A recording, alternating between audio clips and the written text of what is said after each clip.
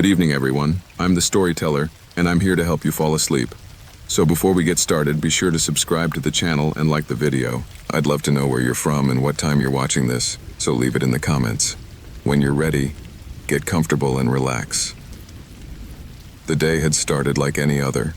The early morning hours slipped quietly by amid hallways crowded with students, laughter, and scattered voices that blurred with the echo of the doors closing after each class. The university campus, so familiar, stood as a constant in my daily life. However, I couldn't shake a strange feeling that gripped me, a subtle bewilderment that hovered in the air, as if time was slipping by at a different speed depending on what I was doing at any given moment. When classes became monotonous and the teacher's words seemed to be diluted in a sea of indifference, the clock would tick with overwhelming speed. Only when the mind was scattered in empty thoughts did time seem to stretch endlessly, as if it wanted to trap me in its spiral. The course of the day went on without major alterations. My college day ended, as usual, with a less than memorable hustle and bustle. The faces of my classmates blurred in the crowd as I hurried out of the university to get home. Today, more than ever, I wanted to escape the crowds and the hustle and bustle. There was something in the air that made me uncomfortable. Maybe it was the storm that was beginning to form on the horizon, or maybe it was my own mind, tired of the routine, making me feel as if the world around me was taking a strange, out-of-control turn. My name is Jesus Alberto. I am a second-year finance student. I live in a modest apartment in a multi-story building. My life, despite the complications of college, was fairly routine. That afternoon, however, something would change without my anticipating it. As I left the campus, the rain began to fall furiously. It was no ordinary storm. The darkness of the sky expanded rapidly and the wind pushed the rain against my face, drenching me immediately. I ran quickly, wanting to reach the safety of my home before the storm worsened. In the distance, the building where I lived loomed as a safe haven, a place where the storm could not reach me. But what I didn't know at that moment was that, upon reaching my home, what I thought was a refuge would be transformed into a prison of uncertainty. I climbed the stairs quickly, water soaking my clothes. I hurried to the elevator, seeking the comfort of a quick trip to my apartment. The sound of my boots hitting the wet floor was a reminder that not only was the rain pounding hard, but also the time that seemed to slip through my fingers. The elevator, ever so efficient, began its ascent with its usual familiarity. But just then, the light flickered. It was a brief flicker, like a sigh from the building, but something inside me changed. I didn't understand what was happening. I just felt a slight discomfort in my stomach, a kind of premonition that the day was about to take an unexpected turn. The elevator stopped suddenly. A thud cut through the sound of the storm hitting the roof of the building, and the light went out completely. Darkness enveloped the metal cubicle I was in. The first thing I did was reach for my cell phone, but the screen showed only the network provider's logo, with no signal. I couldn't reach anyone. I tried to stay calm, telling myself it was just a temporary power outage. But something in the atmosphere told me that things were not that simple. The feeling of being completely isolated, surrounded by gloom and the rumbling of thunder, began to take hold of me. Every creak of the elevator, every crackle of the rain felt amplified. But what completely chilled me was the feeling that I was not alone. In the darkness, something was watching me. I couldn't see it, but I felt it. My breathing quickened, and an inexplicable chill ran through my body. I tried to press the emergency button, but nothing happened. Time passed, maybe 10 minutes, maybe more. However, my mind was trapped in a cycle of irrational thoughts. Doubt settled in my mind. Who else was in the building? Who could be there in the middle of that storm? My ears picked up a muffled sound, a thud coming from the first floor. I remained silent, trying to listen. The rain was still falling. The thunder was rumbling, but that thump continued. Closer and closer. The sound was unmistakable. Someone was walking through the building. Fear settled in my chest. Was it a real person? Or was it something my mind, influenced by the darkness and tension, had created? The sound, steady and rhythmic, grew closer and closer, and my anxiety grew. What was going on? Was there someone in the building who shouldn't be there? I froze, unable to move, unable to think clearly. Suddenly, the elevator started moving again. The mechanical noise snapped me out of the trance I was in. The light flickered, barely illuminating the space I was in. In that brief flash, I saw something that made my heart stop. A figure, standing in the corner of the elevator, motionless, like a shadow that shouldn't be there. For an instant, my mind couldn't process what I was seeing. I was sure there was no one else in the elevator when I entered, but there was that figure, watching me in complete silence. Terror engulfed me. I couldn't move. I couldn't think. My body tensed and a wave of panic swept through every corner of my being. The man remained motionless, as if he was waiting for something, as if his presence was the only thing that mattered at that instant. My thoughts were scattered. Who was he? How had he gotten there? I hadn't heard any noise to indicate his presence. Had he entered while I was out, while I was on my way to the elevator? Uncertainty gripped me. The man was not moving, but his presence was becoming more unbearable with each passing second. My mind was beginning to lose control. Finally, the figure began to move. It was not a normal movement. It was not the calm walk of a person. It was as if someone was crawling, approaching me in a way that defied logic. I tried to press the elevator buttons, but nothing happened. I couldn't get out. I couldn't escape.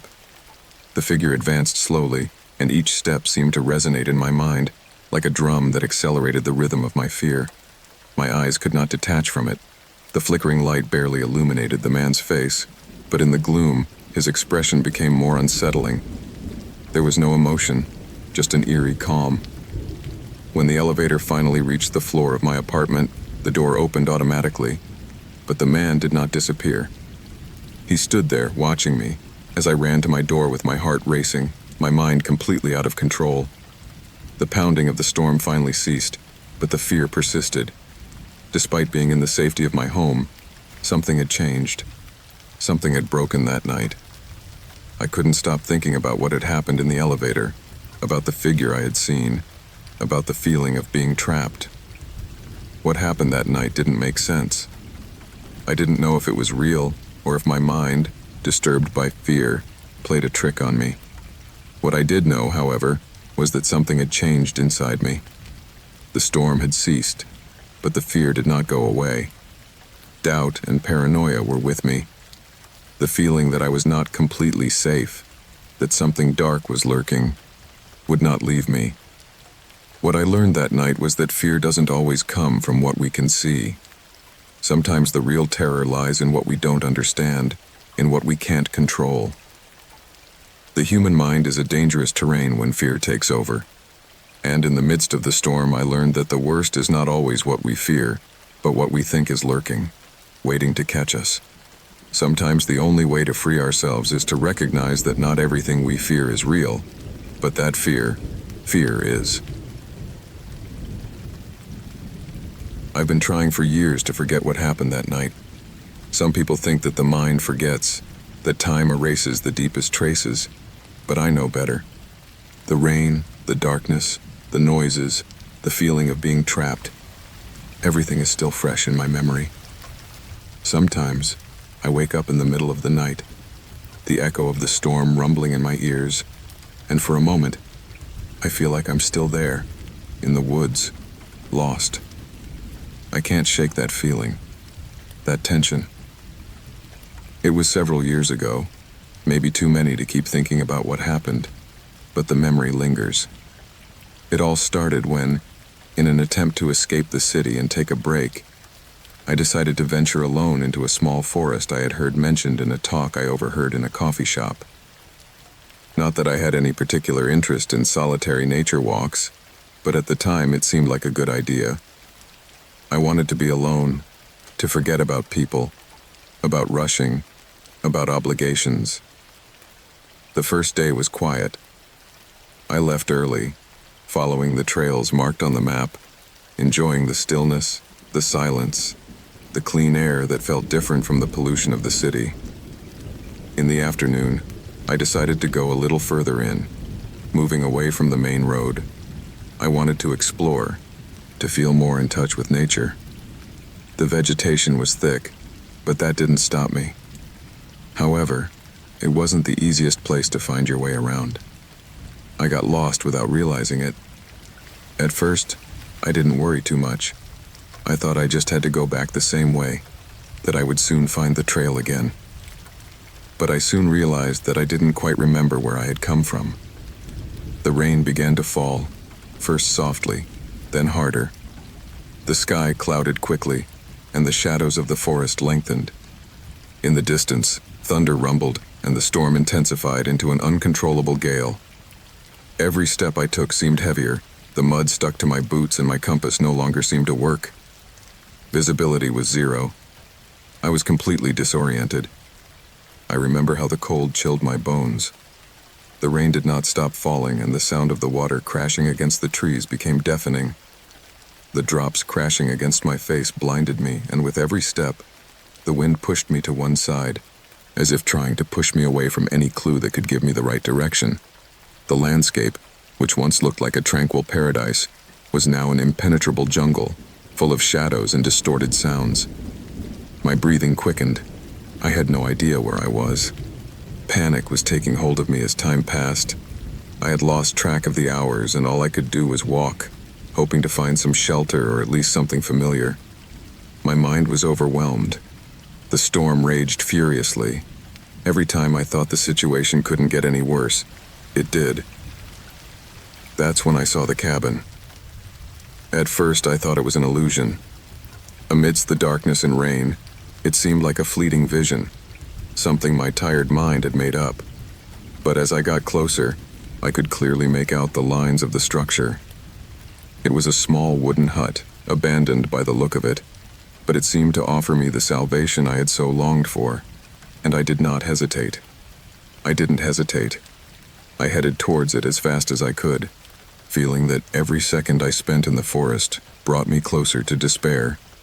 When I reached the door, my trembling hand touched the rotting wood, and I pushed the door, which, with a creak, gave way. I quickly stepped inside and closed it behind me.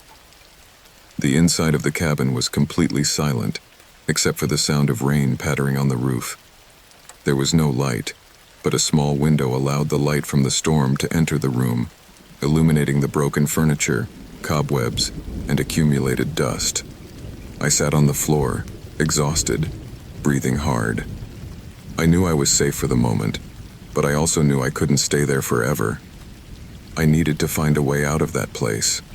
However, exhaustion was consuming me. The rush of anxiety and fear, brought on by hours of walking in the storm, was beginning to cloud my judgment. I closed my eyes for a moment just to catch my breath. Everything was so strange, so out of place. And at that precise moment, I heard something. A noise. Something outside. It wasn't the sound of rain or trees moving. It was a different noise. A rustling sound, as if someone was walking through the woods. My heart skipped a beat. No one was supposed to be there. No one could be there. The sound continued, getting closer. Each footstep heard outside took my breath away. I thought it was an animal, a deer perhaps, or some other wild being. But deep inside, I knew it wasn't that. Intuition told me there was something else, something that shouldn't be there, something that didn't want me to be there. Suddenly, I saw a figure behind the window. It was fuzzy at first, dark, just an outline. A man, a large man, standing in front of the cabin, motionless. Terror gripped me. I didn't know who he was or what he wanted, but he was there, watching me. At that moment, everything inside me told me that I must escape, but I didn't know how. Where would I go? The forest was beyond the storm, and the figure outside the cabin was getting closer and closer. My mind began to search for answers, to fill with questions. How had I gotten there? Why had I come? Who was it? But I had no time for such questions. The sound of rain and wind became a backdrop in my mind, and all I could hear was my breathing and the pounding of my heart, loud, anxious. A knocking on the door. It was the sound of something heavy, knocking on the wood. My body tensed. The figure was still outside. The wind was blowing stronger and the door of the cabin was shaking. I didn't move. I didn't want to make a noise. I didn't want him to know I was there. I stood still, waiting for the inevitable, but all I heard was more banging, followed by a long silence. The silence was more terrifying than any noise. And then, suddenly, everything went quiet. The thunder stopped, the rain subsided, and the figure disappeared as if it had never been there. The wind dissipated, and for a moment, the cabin was just a shelter in the storm. No presence at all. No trace of what had happened. When dawn finally broke, I left the cabin. I never saw that man again, nor did I find any sign that he had been there. Had it been real? Or just my exhausted mind playing tricks? The storm had ceased, but the fear stayed with me, like a vestige of what happened that night. I never understood who that man was or what he wanted from me. But what I learned is that the real terror is not always what is in front of us, but what our minds create when we are on the brink of despair. Sometimes, the greatest danger is the one we ourselves provoke with our own doubts, our own fears.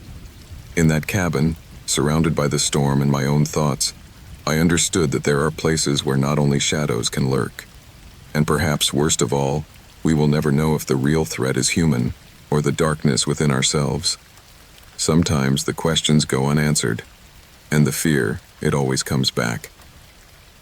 What I experienced that night was not just a matter of being lost in the woods, nor of the relentless storm that surrounded me. It was a direct confrontation with what we are when we face the most absolute solitude. In the wilderness, far from civilization, one is stripped of the distractions and protections that give us everyday security. And it is there, in that shelterless space, that the deepest shadows within us become real. The fear I felt was not simply the fear of the man in the dark, but the fear of the unknown, of what our mind can generate when it has no answers. That figure outside the cabin could have been real, but it could also have been a creation of my own panic, a manifestation of my darkest thoughts. In extreme situations, the boundaries between reality and paranoia blur. External fears mix with internal ones, and anxiety becomes the most dangerous enemy. What I learned is that sometimes the worst monster is not outside, but inside us. And when we are lost in the dark, that monster becomes something almost tangible, something we can't see but feel deep inside. So perhaps the biggest challenge is not finding our way back home, but learning to face the shadows within. Because in the end, those shadows are what make us most vulnerable, what make us lose our way. And perhaps, what we need most is not to escape from them, but to understand that however terrifying they may be, they will never stop accompanying us. I am Juan. What I am about to tell you happened 5 years ago, on a night that, despite seeming so distant, is still so vivid in my memory. I don't know why, but that experience continues to haunt me.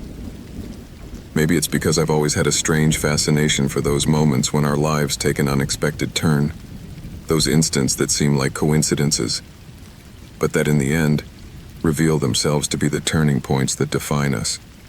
If I think about it with the distance that time gives, perhaps that night was when routine and fear met in my life in an irrevocable way. It was an ordinary night, at least in appearance. The clock struck about 2 o'clock in the morning, a time when the outside world seems to stop. The building where I worked was completely empty, except for me and perhaps the occasional shadow, although that was something I could only imagine. I had always preferred to work in those lonely hours, when the city seemed to have retreated into its own thoughts, leaving the streets deserted and the rain, a distant but constant sound, beating against the windows. My office was on the top floor of a skyscraper that stood on the outskirts of the city. From there, I could see the dark skyline, barely illuminated by the lights of nearby buildings, as the wind lashed against the windows, causing the walls to shake from time to time. The storm that night was particularly fierce. The gusts of wind seemed to want to rip the glass out of the windows, and the raindrops hit with such intensity that they even slipped through small cracks. But it didn't bother me. In fact, I found the solitude and the monotonous sound of the storm comforting. Without the distractions of the day, I could concentrate fully on my work, optimizing the internet connections and systems of several commercial buildings in the city. My office was filled with screens, cables, and the incessant whirring of computer fans, a constant and familiar noise that, in its own way, helped me find calm amidst the chaos of the storm outside. My mind was completely absorbed by the numbers, connections, and data paths when something changed. It was a thud, a thump. At first I thought it was an illusion caused by the storm. I knew that sometimes the wind can play tricks with the ears, distorting sounds and creating the sensation that something had fallen or hit. But this time, it wasn't like that. This sound didn't have the fuzzy character of the storm. It was something tangible, more real. Something coming from the hallway. Immediately I stopped typing, my heart began to pound, and anxiety took over. The building was empty. Who could be here at this hour? The thought that someone had come in without me noticing caused a knot in my stomach. My office door was closed, and even though the wind was still blowing hard, the feeling that something was out of place was unmistakable to me. Something was not right. However, I heard nothing else. There were no footsteps, no noises. Everything was silent again, until suddenly the office door opened with a metallic creak that chilled my blood. Through the reflection of the window glass, I saw the silhouette of a man standing on the threshold, his figure barely visible, distorted by the raindrops falling heavily. The first thing that struck me was his eyes. Empty, haunting. There was no expression on his face, not a single sign that he was there for any common reason. He wasn't a thief. He didn't seem to be interested in my belongings, or the expensive equipment on the table. His presence was, for some reason, much more disturbing. It was as if his purpose was beyond what I could understand at the time. The door closed softly behind him, and in an instant the office was filled with an oppressive calm. Silence had taken over the space. The sound of the storm, which had been so dominant until that moment, seemed to have faded away, as if it were somehow captive inside the office as well. I remained motionless. My breathing quickened, but I could not utter a sound. I didn't know what to do. Should I scream? Should I call the police? There was no point. I was all alone, and any attempt to move could make things worse. The man hadn't said anything, hadn't done anything. He had simply stood there, staring at me. The fear I felt was not that of a direct threat, but of a presence that was out of place, something that shouldn't be there and yet was, something beyond my control. In that instant, the office, the screens, the wires, everything vanished. Everyday life disappeared, and I was caught in a suspended space between reality and uncertainty. I didn't understand what was happening or what the man wanted, but something in his eyes told me that this was no accident. He was there for a reason, even if I didn't understand it. Time stopped making sense. I didn't know how long it had been since the man entered. An hour? 2? More? The air was thick, the pressure in my chest was unbearable, and my mind was trapped in a cycle of unanswered questions. The only thing that seemed to exist was that silent presence, the rain pounding on the windows, and the racing beat of my heart.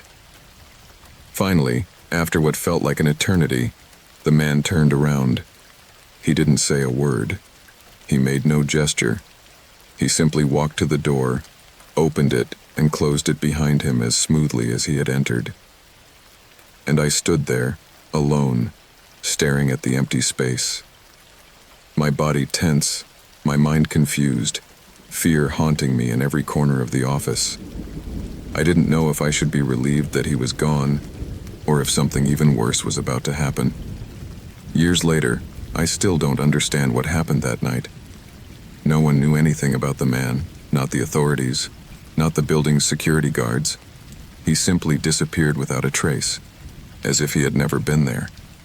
But the strangest thing is that despite the fear I felt, the pressure that invaded me at every moment, I never thought of running away. The idea of running away never occurred to me. Something inside me, back then, knew that if I had reached that point, there was no turning back. The feeling of being trapped was deeper than any other kind of fear. In life, threats don't always present themselves the way we expect them to. They are not loud noises or bright lights.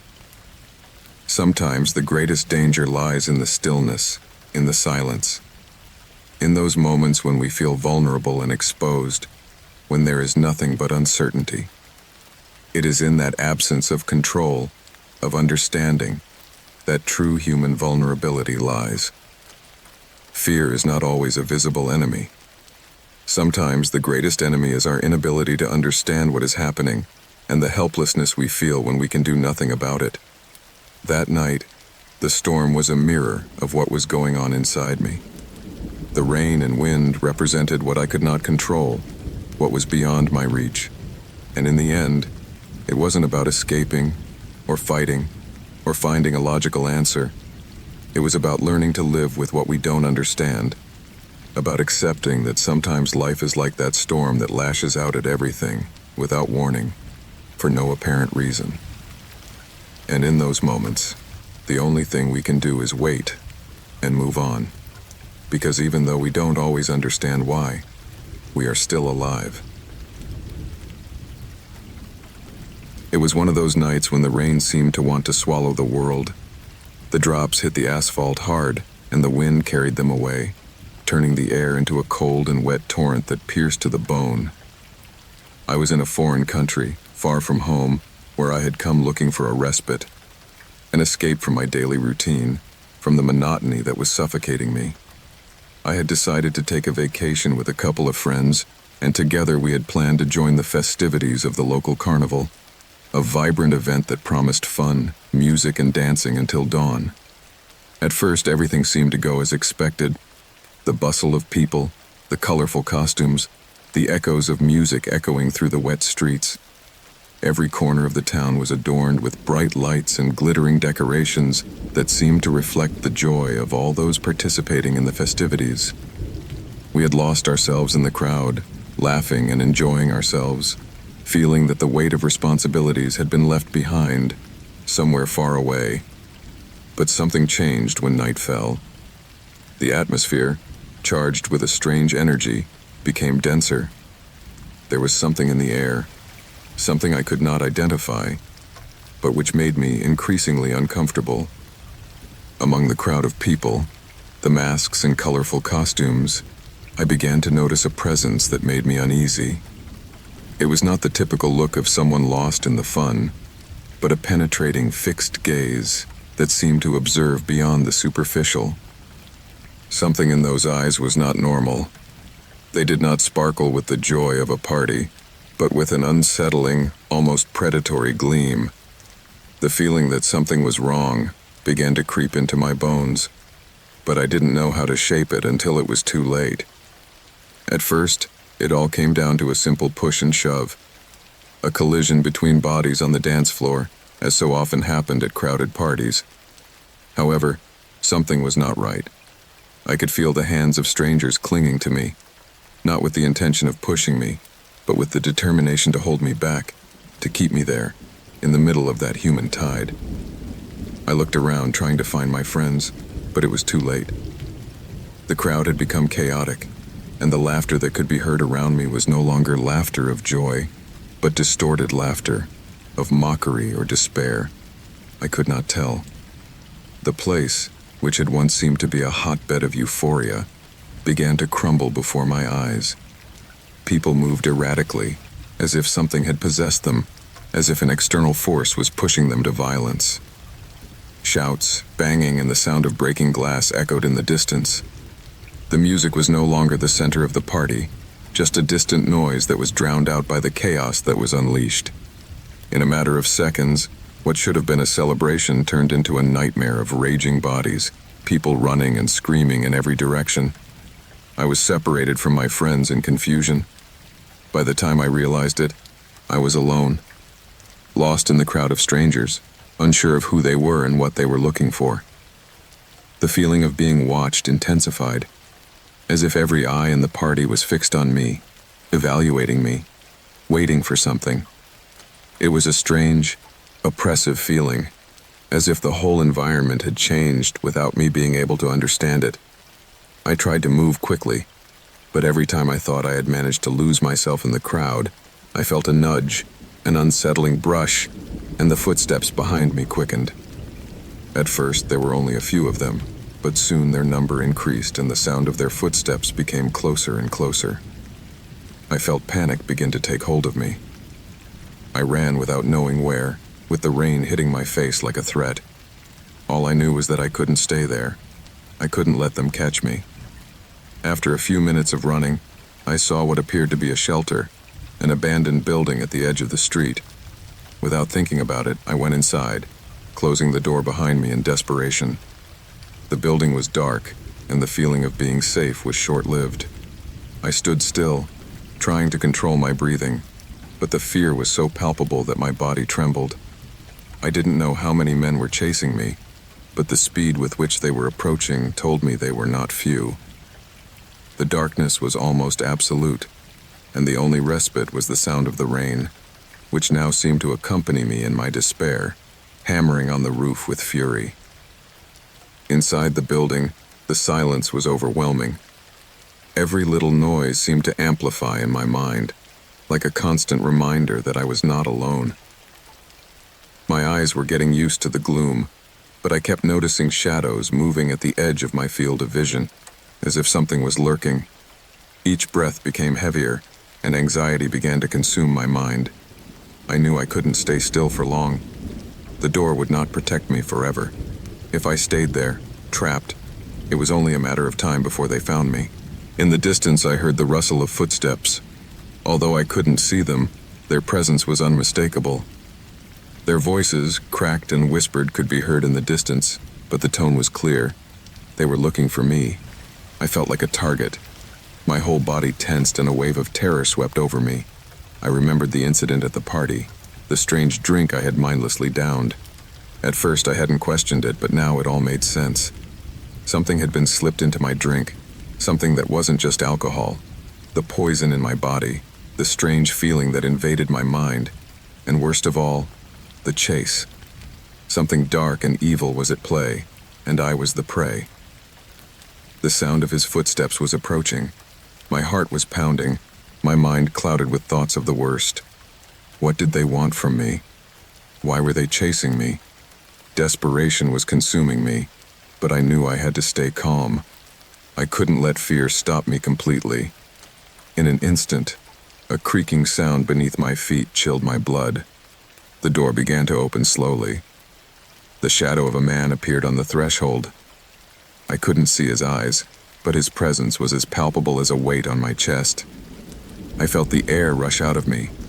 I stood up and, with an impulse I don't know where I got it from, I ran. I ran through the building in desperation, my footsteps echoing on the cold, wet floor. Shadows stalked me, and the sound of their footsteps chased me relentlessly. Fear gave me wings, but it also overwhelmed me. I didn't know if I was running toward freedom or into an even worse trap. All I knew was that I had to keep running, that I couldn't stop. The exit door was close by. I saw it at the end of the corridor, and with all my strength I ran towards it. As I ran through it, the rain hit me furiously, but it didn't matter. I was already out of that place. The last thing I remember was the braking of a car and a hand lifting me off the ground. It was a police car, and apparently someone had seen me. The men who were chasing me were gone. There was nothing to fear anymore, or at least not for that night. Today, looking back, I still don't understand what really happened that night. I don't know what they wanted from me, or why that persecution was unleashed. Maybe they just wanted revenge for something as insignificant as a mistake, or maybe they were after something much darker, something I never understood. But what I do know, what haunts me even on my quieter days, is the question: how many of us are aware that, at any moment, we can be victims of something far more human than we imagine? The worst fear does not always come from the unknown. Sometimes, it's just the result of a bad decision, a misstep, a choice that takes us to a place where we can no longer turn back. What I learned that night, in the pouring rain and the unstoppable chase, is that real danger is never as far away as we think. Sometimes, the greatest threat is at our fingertips, and the only shield we have is our ability to doubt, to question the decisions we make. Fear, that visceral fear we feel when faced with the unknown, teaches us that, even in the fiercest storm, the real enemy is not always outside. Sometimes, it is much closer, within ourselves. The rain was coming down hard that night, pounding the asphalt with relentless fury. The constant pattering of the water enveloped me, creating an atmosphere so dense that I felt as if the whole world had surrendered to the storm. Every step on the wet ground was accompanied by an unsettling crunch, as if the city itself was being sucked under by the water. It wasn't something that bothered me. In fact, I was already used to walking in the rain. However, that night, there was something different in the air, something I couldn't decipher, something that didn't fit. I was returning home after a long shift at the restaurant, my cook's uniform still stained with grease and spices, my hands impregnated with that characteristic smell of cooking that accompanied me like a shadow. I was in no hurry, as always. My steps were slow and my thoughts were scattered between the tasks of the day and the accumulated fatigue. But there was an uneasiness in my chest, a strange feeling that I could not ignore. For the past few days, I had felt watched, as if someone was lurking, waiting. But when I looked back, the street was always empty. Despite my efforts to push those thoughts away, that night was different. Something made me constantly look over my shoulder, as if I expected to see someone, even though I knew there was no reason to. The streetlights flickered intermittently, struggling to stay on, while the wind blew dry leaves and dirt across the ground, giving the landscape a bleak and desolate air. Something inside me told me I shouldn't keep thinking about it, but I couldn't stop. There was a feeling in the air, like an invisible pressure pressing on my chest and forcing me to be alert. That's when I saw him. A man. A dark outline, blurry in the rain, barely visible in the distance, but I saw him clearly. He was standing about 2 blocks away, motionless. He was not moving. The flickering light of a streetlight illuminated his figure, revealing a tall, thin silhouette, his face completely covered by a hood. I paused for a moment, my heart racing, wondering if what I was seeing was real or if my mind was playing tricks on me. I couldn't see his eyes, but something about his posture made me feel like he was staring at me, as if he knew exactly where I was, as if he expected something from me. A shiver ran down my spine, and without further thought, I decided to continue on my way, picking up my pace. Every raindrop that hit my face seemed colder than usual, and the air was thick, icy, as if something was not right. The feeling of being watched did not disappear. On the contrary, it intensified. Although I knew there was no reason to look at him, my body, as if acting of its own volition, couldn't help but turn around to check if the man was still there. But when I did, he was gone. The street was empty, as before, and a sigh of relief escaped my lips. Still, that strange feeling remained. It wouldn't go away, and it pushed me to walk faster. At that moment, something made me stop in my tracks. A sound. It was subtle at first, barely a whisper. It sounded as if someone was following my footsteps, stepping in sync with me. I looked around, but there was no one. Only the rain, pounding hard on the asphalt, and the wind moving the dry leaves in its path. At first, I thought it was just my imagination, tiredness playing with me. But as I walked, the sound intensified. Every step, every breath, was accompanied by a closer rustle, as if someone was at my back. It was him. I knew instantly. The man. The one I had seen before. The one who was now following me. I couldn't see him, but the feeling of him stalking me became unbearable. I quickened my pace, almost running, not daring to look back. My mind was in chaos. What did he want? Why was he following me? Was it just a coincidence, or was something much more sinister going on? I finally reached my building. The stairs seemed endless, but my body, driven by fear, climbed them in 2 strides. Reaching the floor, I ran to my door, opened it urgently and slammed it shut, the sound of the wood fitting into the frame echoing in the silence of the night. I leaned against it, breathing heavily, trying to calm my racing pulse. Everything seemed in order inside the apartment, but something was wrong. There was something in the air, something I couldn't identify, as if the atmosphere was charged with an invisible tension.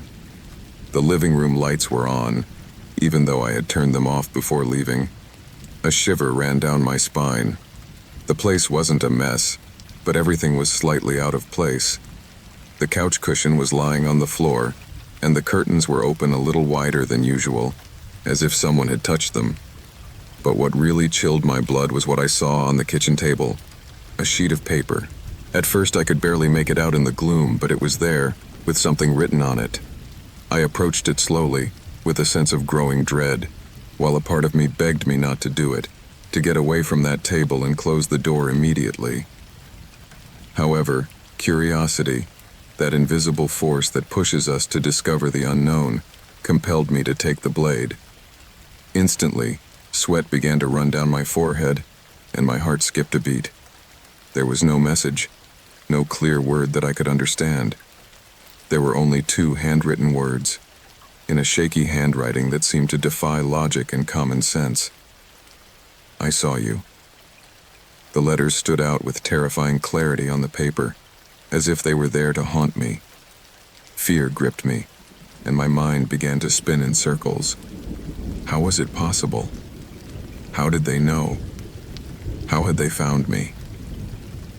The sound of the rain was still deafening, as if the storm had no intention of letting up. The feeling of being watched intensified even more. Something, or someone, was there, in my space, and I knew it for certain. My body, paralyzed by fear, was unresponsive. I looked around, searching for some sign that this was just paranoia, just a misperception.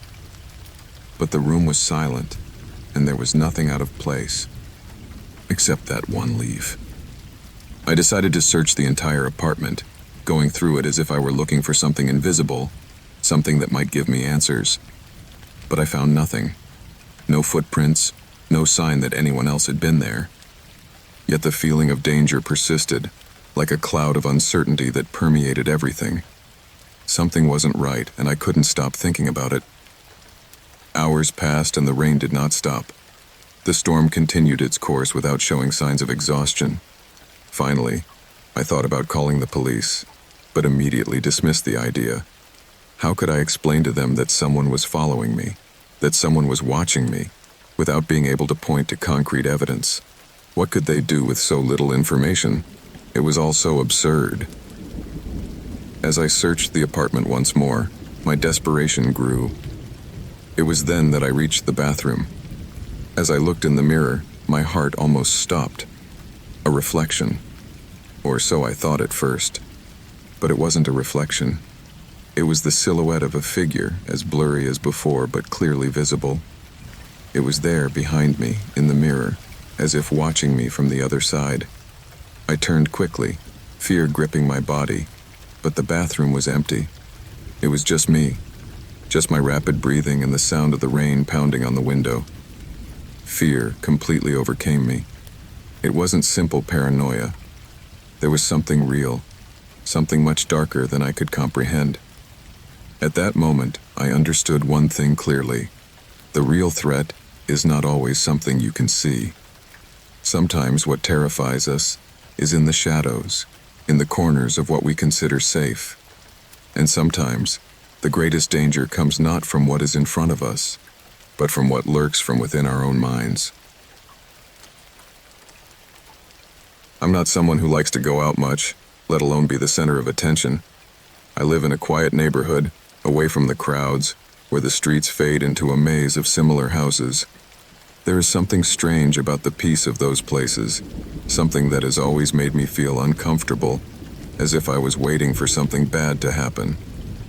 What I never imagined is that this peace was the facade of something much darker. The story I'm about to tell has no traditional heroes or villains. There are no ghosts, no monsters, no supernatural beings.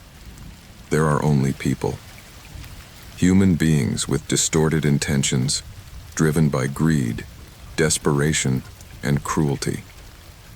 It all happened 10 years ago, but I still feel the echoes of that night as if it were yesterday. It was a rainy afternoon. The rain pounded against my window with the insistence of a drum, echoing in my chest with each crack of thunder that broke the sky. That afternoon seemed as ordinary as any other, but fate has a strange way of marking decisive moments. I was in my apartment, alone as usual, when something jolted me out of my routine. A whisper, a distant sound, a murmur, coming from somewhere inside the building. It was nothing new. In such an old building, noises were frequent. But there was something about this sound that caught me. Something in the tonality of that conversation that made me pause. It was the conversation of two people, whose voices, though distorted by the walls and the rain, were clearly human. At first, I didn't understand anything. Vague words, fragments of sentences, as if they were talking about something trivial. But as I paid more attention, I began to pick up a few key words, and then the fog of confusion began to clear. All set. The pieces in place. No one is suspicious. He is overconfident. My heart skipped a beat. He must mean me. There was no doubt. My mind began to fill in the blanks, to string together the words I had heard. What piece were they talking about? What were they planning? Were they watching me? I didn't know how to react. I didn't dare move, didn't dare make a sound. I just stood there petrified, feeling the darkness of the situation slowly envelop me.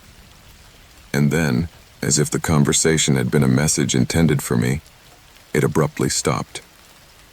The murmuring ceased, and the silence hit me with the same intensity as the storm raging outside my window. I waited. I did so for minutes that felt like hours, but I heard nothing more. The tension I had built up hung in the air, even denser, more unsettling. I thought maybe I had imagined it all, that the rain had played a trick on me, that my mind had distorted the sounds. But then the message came. Not just any message, but an anonymous one, a notification on my phone, a cryptic message that slid across the screen without warning. We hear you. Trust no one. You are in danger. The countdown has begun. My breath hitched. Who was behind this? How did they know what I had heard? Questions piled up in my head like a tangle of disconnected wires, with no answers, only more doubts. For the next few days, everything seemed normal. The streets, the faces, the everyday interactions. But there was something in the air that had changed. Something made me look sideways at people. Something forced me to distrust every word, every look. The message echoed in my mind. Trust no one. And of course, I couldn't trust myself. I was beginning to doubt everything. Sometimes, going out to the store or going to work, I felt as if something was following me, as if I was being watched. Every time someone approached me, my heart would race, my hands would become cold. I began to see patterns where there were none, to notice small details that would have gone unnoticed before. Fleeting glances, smiles that didn't seem genuine, conversations interrupted as I entered a room. Was it paranoia, or was it reality starting to crumble around me? The rain continued to fall with the same force, drilling through the roof of my apartment, creating a perfect backdrop for the dark thoughts that invaded my mind. What was I to do? Ignore the message? Go on with my life as if nothing had happened? Or should I try to alert the authorities, even if it meant putting myself in their crosshairs? My fear was not only that something would happen to me, but that, in trying to expose what I had discovered, I might involve other people. It could drag in those who didn't even know they were part of something much bigger. The feeling that something was falling apart in my life grew with each passing day. At times, I found myself watching people with unbearable distrust, searching their faces for signs of complicity. And worst of all, I began to see things I couldn't explain. Conversations that were interrupted as I passed by, muffled laughter when I entered a room. People started to look at me as if they knew something they shouldn't. At first, I tried to rationalize it away. I thought they were just coincidences, that my mind, fueled by fear and uncertainty, was creating stories where none existed. As the days passed, however, the signs became clearer and more disturbing. Casual encounters with neighbors became tense situations. In my building, everyone seemed to know more than they were saying. How could that be possible? How could I be so sure that nothing I was seeing was real? The people I once knew and had friendly interactions with now seemed different, distant. Their faces had been transformed into masks, and behind every gesture, secrets were hidden. No one said anything openly, but the atmosphere was thick, charged with palpable tension. When I looked into the eyes of others, I saw a shadow of distrust. And the worst thing was that I didn't know if that shadow was there because I had created it, or if something was really going on. One night, after a particularly hectic day, when I was already on the verge of despair, I received another message. This time the tone was different, more direct. The countdown is over. It's now or never. Was it a threat? A warning? I didn't know. But the weight of that sentence crushed my chest, and for the first time in weeks, I made a decision. I decided to act. I could no longer live in fear, in constant doubt that I was trapped in something much bigger than myself. I couldn't let that shadow surround me forever. I went to the police. I explained to them what I had heard, what I had felt. But what happened next, though I thought it would free me from the burden of doubt, only plunged me deeper into the abyss. They took me seriously at first. They asked me for details. They asked me questions about the voices, about what I had heard. But when I told them about the anonymous message, about the warning, their attitude changed. They also began to look at me with suspicion. Was it true what I was saying, or was it just paranoia? Finally, after hours of interrogation, they let me go, without further explanation, just a piece of advice. Go back to your normal life. Don't get involved in things you don't understand. I left the police station feeling more alone than ever, more lost. The warning, the threat. Were they real, or just the product of a paranoid mind? I didn't know then, and I don't know now. What I learned after all this time is that life is full of little games. Games of power, of control, of manipulation. And the worst part is that sometimes you don't even know you're participating in one until it's too late. What baffles me is that, despite everything, I never heard the original conversation again. The murmurs disappeared, and with them, the feeling that something big was about to happen. However, the shadow that began to grow in my life never faded. It lingered, latent in every corner, in every glance. 10 years ago, I overheard a conversation. I didn't know at the time that it was the beginning of a path from which I could never return. People, those around me, became shadows, strangers I had to fear. And although the rain no longer beats with the same intensity on my window, fear and doubt are still my company. Sometimes I think that the greatest enemy is not those who stalk you from the shadows, but those who present themselves with a smile, those who seem familiar. In the end, the real terror is not what lurks in the dark, but what lurks in the people you think you know.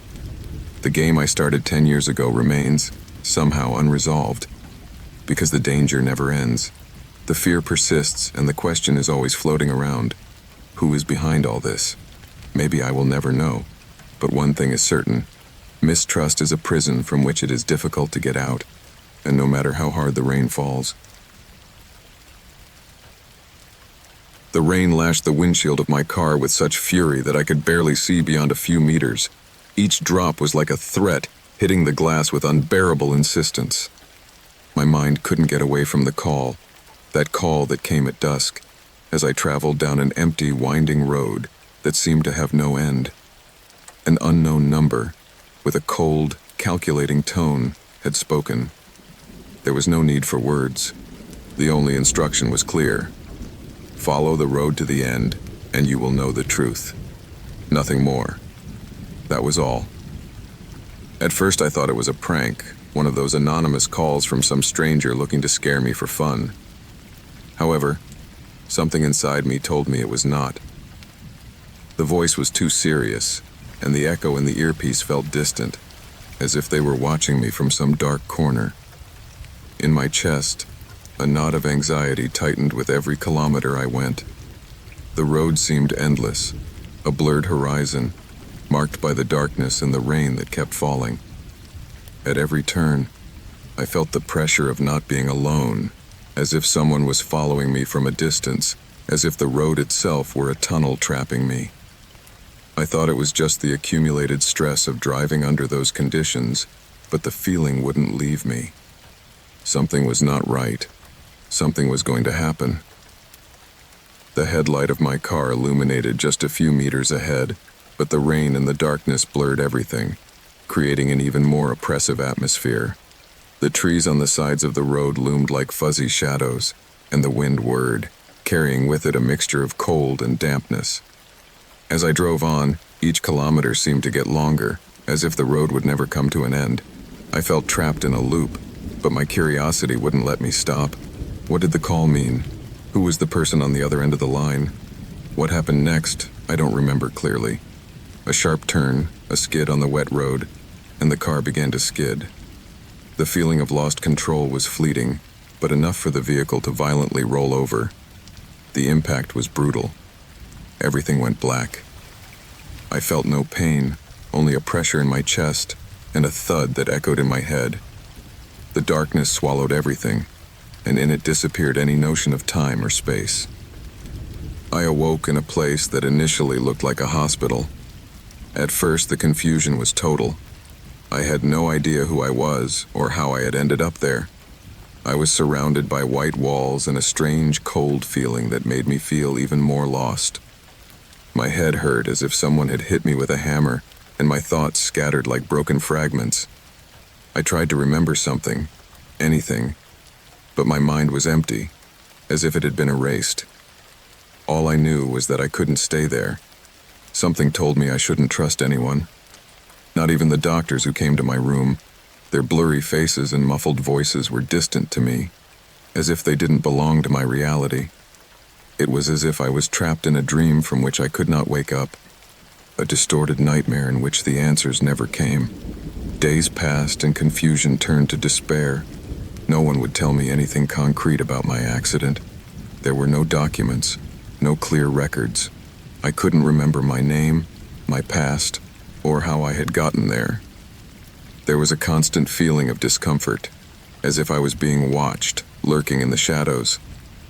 And worst of all was the feeling that no one wanted to tell me the truth. Little by little, fragments of my memory began to return, but in a strange way. They were not clear memories, but like distorted echoes emerging at irregular intervals. Fragmented images of my former life, faces I couldn't identify, places I didn't know if they were real or the product of my fragmented mind. And that call, that damned call that kept echoing deep inside me, like a constant reminder that there was something else behind it all. One night, as I was wandering the halls of the hospital, in an attempt to escape the feeling of claustrophobia that was consuming me, I saw something in the reflection of a broken window. It was not my face. It was a strange but familiar face. My eyes were empty, as if someone else had placed them there, and a crooked smile tugged at the corners of my lips. I turned away quickly, my heart pounding. Who was this person? Why was he or she reflecting back at me? A cold sweat ran down my back, and the feeling that something was terribly wrong grew in my chest. The face in the reflection was not mine, but somehow I felt it belonged to me. Over the next few weeks, I tried to reconstruct my identity. I searched through documents, through records, but there was nothing. No one knew who I was, or at least no one would tell me. People avoided me, and the few who approached me did so cautiously, as if they feared something. The doctors seemed more interested in my empty answers than in curing me. Something in their look told me that I should not trust them. It was then that I started receiving letters, always in white envelopes with no return address. At first I thought they were notes from some stranger, but I soon realized that the words were too precise, too calculated. Each letter told me about my life before the accident, what I had done, what I had lost. They described me in details that only someone who knew me very well could know. No one else could have that information. It was not possible. The letters arrived periodically, as if someone was controlling the pace of my recovery, but not in a benign way, but with a clear intention to manipulate my memories. Anguish consumed me. How could they know so much about me if I remembered nothing? The only possible answer was that someone was watching me, that someone was manipulating me from the shadows, pulling the strings of my life without my escape. I was trapped in a cruel game, where I was just a piece in the hands of an unknown being who was watching me, who knew me too well and who seemed to have everything under control. Memories began to come again, more clearly, but still fragmented. Images of a man, a faceless face, who seemed to be ever present in the corners of my mind. He was the one who had spoken on the call. I knew it for certain. He was the one who had pushed me to the accident, the one who had left me here, trapped in a limbo with no way out. As my memory became clearer, so did the truth. What had happened to me was no accident. I had been manipulated. I had been made to forget, and most disturbingly, I had been replaced. The man on the call, he had not only played with my mind, he had supplanted me. He had put me in his trap with macabre precision. It was as if I had been an experiment, a game in which I was nothing more than a piece of a puzzle that someone else had put together. My memories, my identity, everything had been distorted, and for a moment, I feared I could never escape that manipulation. The terror was not the idea of being hunted, but the idea of having been stripped of my very essence. The idea that a man with a single gesture could destroy everything that made me, me. Everything I had thought I knew about myself was a lie. It was years before I could fully reconstruct my past, but the damage was already done. Fear, distrust, and the feeling that I could never be the same had settled deep inside me. What happened after my recovery doesn't matter. What matters, what remains, is the lesson I learned. The human mind is much more vulnerable than we think, and we, as beings, are more fragile than we would like to admit. The worst thing is not that we might be hunted or stalked by a killer, but that, at some point, we might be by someone who knows us so well that they can erase everything we are, everything we have been, and replace it with something else, something we are not, something we never chose to be. In the end, we become the echoes of our own memories, and we ask ourselves, who was I really? And what was left of me when I could no longer trust even my own mind? 13 years have passed since that night. 13 years since everything I thought I knew about life crumbled before my eyes, leaving only ruins and unanswered questions. I can still remember the rain hitting the window panes, the darkness of the street like a blanket that devoured the world. But what really stuck in my mind was not the storm, not even the threat hanging over me. It was the feeling that someone I didn't know, was watching me, studying me, as if I were prey waiting to be hunted. I didn't know then what I know now. I didn't know that the man stalking me was not just a stranger, but a distorted reflection of myself, a broken mirror of my own fears and obsessions. It all began one autumn afternoon. The rain did not stop, as if the whole sky had decided to pour down to earth.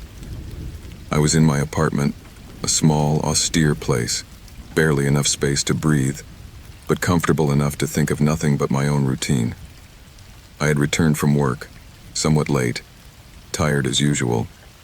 and was preparing for a quiet night. Or so I thought.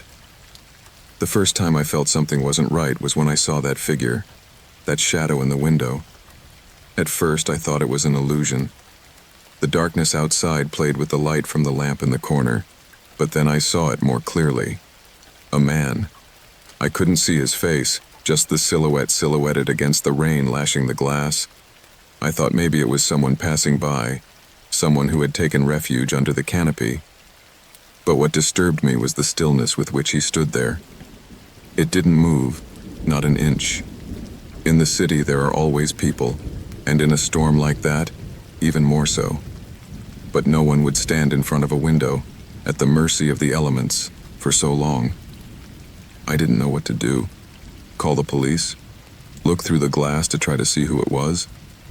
I decided on the latter, but when I approached, the figure was gone. Only the rain and the distant sound of thunder remained. I felt not relief, but bewilderment. I wondered if it had been just my mind, playing tricks on me in that dark night. However, the feeling persisted. It wasn't simple paranoia, it was something much deeper, something I couldn't explain, but which was dragging me deeper and deeper into a tunnel with no way out. The next day, as I was walking to work, I saw him again. It was in the distance, on a corner, standing next to a building. At first, I thought it might be a coincidence, that it was just someone else. But that figure, that silhouette, could not be a mistake. I knew instantly. It was him, the same man, and his presence filled me with an indescribable terror. He wasn't doing anything. He was just standing there, watching. I didn't know what he wanted. I didn't have a score to settle with anyone. But he was watching me, and that made my blood run cold. Throughout the following days, his presence became more palpable. I saw him closer, sometimes in the streets I crossed, sometimes in the stores I passed, always at a distance, always without getting too close. But the worst thing was not that he was following me, but the feeling that, somewhere, he knew me, studied me. My every move was being watched, as if he knew what I was going to do before I did it. And worse, as if it was waiting for me to make a mistake. An invisible but omnipresent shadow that surrounded me. A black hole that absorbed everything I thought, my every little gesture. A couple of weeks later, I woke up in the middle of the night with the feeling that someone was inside my house. The apartment door was closed, the windows intact, but the air felt different, charged with a strange pressure. In the corner of the room, near the window, I could see the shadow again, that same figure. But this time, it wasn't just a peripheral vision. It was there, clearly. It wasn't an illusion. It wasn't my mind playing tricks. A man, standing right at the edge of my bed, staring, unmoving. I felt an overwhelming cold, as if something inside me was breaking. My body was paralyzed, as if I couldn't move, but my mind was working a mile a minute. I didn't understand what was happening, why this person was there. It didn't make sense. I wanted to scream, but I couldn't. I could only stare. And that's when I understood, with total clarity, that he didn't want to talk. He didn't want anything from me, except my fear. Time passed. The rain did not stop. Every day I felt his presence more and more that feeling of being watched, of being a prisoner in my own life. At night, the lights in my apartment flickered strangely, as if someone was manipulating them. I felt that my home was no longer a refuge, but a place where someone else was dictating the rules. I felt trapped in a bubble of terror, as if all my actions were predestined, as if living no longer depended on me, but on a stranger who was always one step ahead. Things got worse. One morning on my way out, I found a letter on my apartment door. There was no return address, just a handwritten message in precise handwriting. I see you. I'm waiting for you. You won't regret it. My breathing quickened. I felt as if I were caught in an invisible net, more and more tense, more and more on edge. I didn't know what he wanted from me, or how I had gotten there, but I felt that everything I did, every step, every breath was being watched. What kind of man was this? What did he want from me? And why was he so sure he would find me anywhere in the city? That same afternoon, as I was walking through the neighborhood, I saw him once again. He was on the corner, as always, watching. And then, for the first time, I understood that what terrified me was not only that he was following me, but that there was something else. He didn't want to kill me outright, no. He wanted me to live with this fear. He wanted me to live with this fear. He wanted me to live with the knowledge that I could not escape, that I was slowly sinking into a nightmare from which I could not wake up.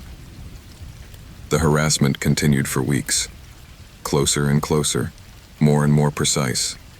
It got to a point where I could no longer trust my own steps. I felt the world crumbling around me, my life disintegrating into 1,000 pieces. One day, when I returned home, I found him inside, waiting for me. He was no longer watching me from the darkness of the street. Now he was in my home, in my space. He was just watching me. The nightmare had become flesh. And worst of all, I no longer knew if what I was seeing was real or a product of my mind, which was beginning to lose the ability to differentiate between what was happening and what I feared would happen. My reaction was impulsive, desperate. I thought of nothing but surviving, of stopping that threat. I confronted him, but the man said nothing. There were no words, just a cold stare, as if he was satisfied with my terror. In that instant, I felt something break inside me. I understood that I was losing control of the situation, that not only was he stalking me, but that I myself had begun to lose my way. I no longer knew if my life was a story I was writing, or if he was actually dictating it. The police arrived minutes later, and he was arrested. They didn't say much, only that he was linked to several harassment cases in the city. During the days that followed, I was interrogated, held for 3 days as part of the investigations. But what surprised me most was to discover that this man had been following several people before me. And the most disturbing thing, no one knew how or why he chose his victims. It was as if there was no pattern, just a need to impose his will on those he targeted. He was a specter, a shadow that hunted for no reason. Today, 13 years later, everything has changed. My life is different, or at least it seems different. I have learned to control my fears, to live with the shadow of that man who haunted me for so long. But the truth is that what torments me most is not his presence, but the lesson he left me. Because now I understand something I never imagined. No matter how far you try to escape, sometimes the real danger is within yourself, in your fears, in your obsessions, in everything that consumes you and turns you into prey, even when you have no idea what is hunting you. The man who followed me was not just a stalker. He was a reflection of everything I was afraid to be, everything I was afraid to face. Because sometimes the worst monsters come not from without, but from within. And now I know that, even though the storm is gone, the shadows are still lurking. I am Francisco, a public relations graduate. For a couple of years, my life was marked by a constant sense of danger, as if every step I took could be my last. In that time, I became someone completely different from the one I was before. A more cautious man, more cunning, and above all, someone who lived under the constant threat of a stranger whom I called the stalker. That man who decided to ruin my life for not giving in to his demands. Today, after 4 years, I can tell this story with the peace of mind that he is behind bars. But do not forget that what I'm about to tell you is not an ordinary story. It is something that changed me forever. It all started one rainy afternoon, like so many others, when I was returning home after a long day of work. I had decided to walk through the streets of the city. The torrential rain was not an obstacle for me. On the contrary, it offered me a certain calmness. The sound of the drops hitting the sidewalks and the roofs of the buildings gave me a sense of isolation, as if the world had been plunged into absolute silence, where only I and my usual route existed. I lived in a central neighborhood, surrounded by skyscrapers and constant bustle. Although the traffic and people on the sidewalks never stopped, the streets seemed emptier during those storms. I, as always, took the same route to get to my apartment, a small unit in a multi-story building. But that night, something changed. Something I couldn't see, but I felt it.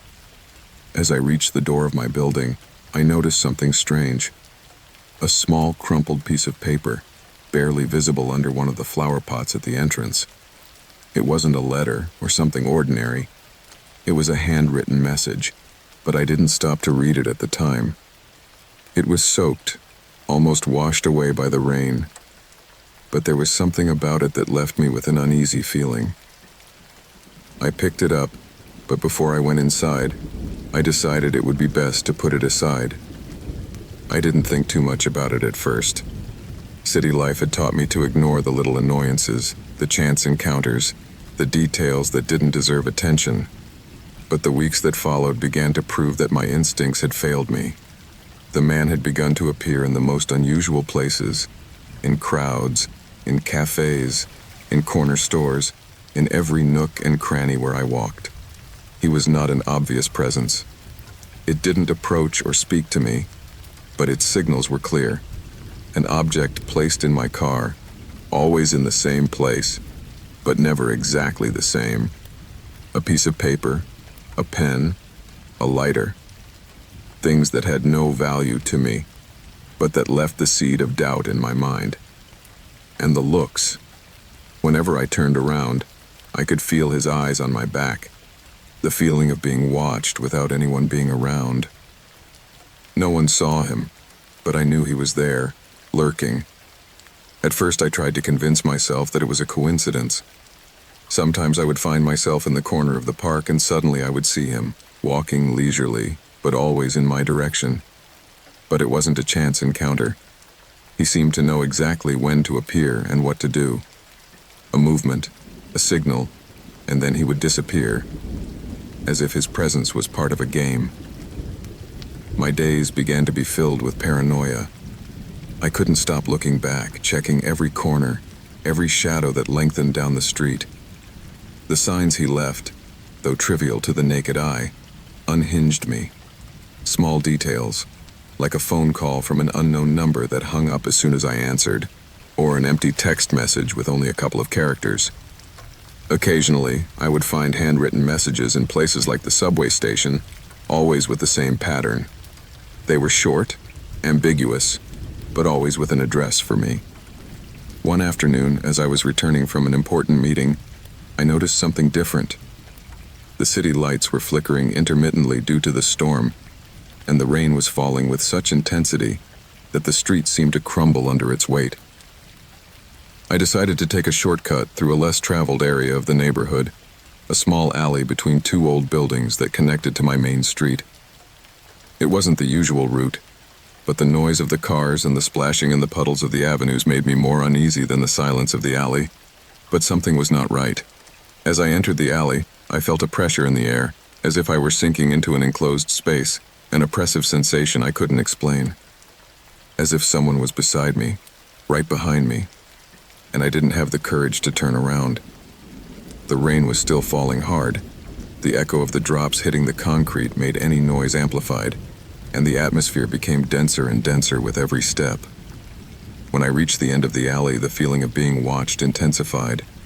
I looked around, trying to see something in the darkness, but there was nothing. Then I noticed that the door of an old warehouse was slightly ajar. It was strange. I had never seen that door open before.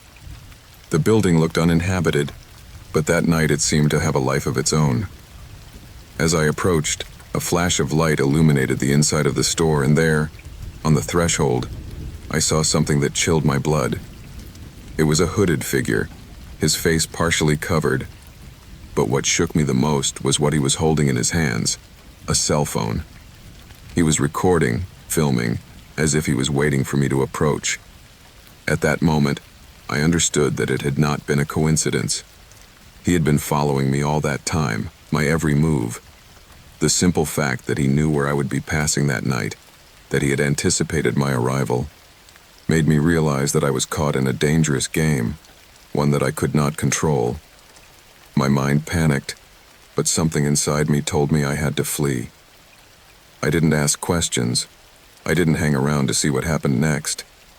I turned and ran, not daring to look back. My breathing quickened with each step, and the sound of heels on wet pavement was the only thing that echoed in my ears. I ran, without stopping, until I reached my apartment. That night, I could not sleep. The feeling that I was being watched never left me. From that moment on, my life changed completely. Every day was a constant battle against my own fear. I couldn't trust anyone. I couldn't rest. Although the stalker never appeared again so directly, his traces were marked on me forever. It took weeks, then months, before I finally decided to report everything I had experienced. It was a long, tedious, and extremely distressing process. I talked to psychologists, lawyers, even the police. But the first attempts were futile. No one seemed to take me seriously. Everyone thought I was overreacting, that I was simply paranoid. But as more details came to light, the case began to take shape. The objects in my car, the ambiguous messages, the security cameras that recorded a man lurking near my apartment, it all began to fit together. Finally, he was arrested. The sense of relief was overwhelming. The man I had called the stalker could no longer harm me, but I was still a victim of my own mind. The shadow of his presence had settled so deeply in me that I could not free myself from it immediately. Moments of panic were still part of my life. Paranoia followed me everywhere. Suddenly, every strange noise, every shadow in the hallway made me think that he was near, that he hadn't left yet. What I learned from all this is that the greatest danger is not always the one you can see, the one you can touch, or the one you can escape. Sometimes the greatest enemy is within ourselves, in our own perception of what is happening. Fear can take over our mind with such intensity that it changes us completely, consumes us. It makes us see monsters where there are none. It makes us prisoners of our own anguish. Life goes on, but there will always be something inside me that reminds me of that time. The sound of the rain, the shadows on the corners, the feeling of not being alone, the constant gaze of someone who does not want to be seen. Today, 4 years later, I move on, but with a lesson I cannot forget. Fear cannot always be faced head-on. Sometimes the best strategy is to learn to recognize its traces and move forward, knowing that the worst part is always the one we let ourselves be carried away, without realizing it, by our own shadow. Never forget that what you don't see can be more dangerous than what you can touch. The sound of the rain hitting the roof of my tent was constant, deafening, as if the sky was overflowing its fury on the earth. For years, the noise of the storm was something I had learned to ignore. In my pawn shop, the crackling of water on the roof was more of a background sound than something worthy of attention. My business was always quiet, for the most part. I welcomed all kinds of people, from antique collectors to those looking for quick cash for an item of value. The arrangements were simple, the rules clear. I would lend money in exchange for an item of value, and if the borrower failed to pay, the object became my property. It was a simple job, or at least it was until I met him. It was October 10th, 2023, a date that was burned into my mind, a date I could never erase. That day, the storm was especially strong. The wind howled furiously outside the windows, and the rain seemed to fall as if the world itself was about to collapse. The store was empty, and the sound of the water crashing against the glass seemed to accentuate the silence in which I found myself. But then, that door opened. It wasn't unusual for someone to walk in looking for quick cash. What was unusual was the man who appeared. Tall, dressed in a black leather jacket and a hat that almost completely covered his face. He didn't look like a collector or someone who was looking for anything particularly valuable, but he walked straight up to the counter, as if he knew exactly what he wanted. The rain had soaked him, and the scent of dampness and wet earth he brought with him filled the air. He asked me for a loan. It wasn't like the other times. There were no conversations about what to pawn or discussions about the interest rate. No, the man already had something in mind. He pulled out an old pocket pistol, so worn it looked like something out of a 1940s movie, and placed it on the table. No one had ever done anything like that before. The presence of that gun, combined with his vacant stare, made me hesitate, but the need to keep my business afloat prompted me not to overthink it. I did what I always did. I gave him the money. Something inside me told me I shouldn't do it, but the temptation to close a transaction at that moment, in the middle of the storm, clouded my judgment. The man assured me he would come back for the money, but didn't tell me when. At first, I thought it had all been just another transaction. However, the atmosphere in my store changed that day. It became denser, more tense. That night, as the rain continued to lash my roof and the drops fell hard, I felt that something in me had become unsettled.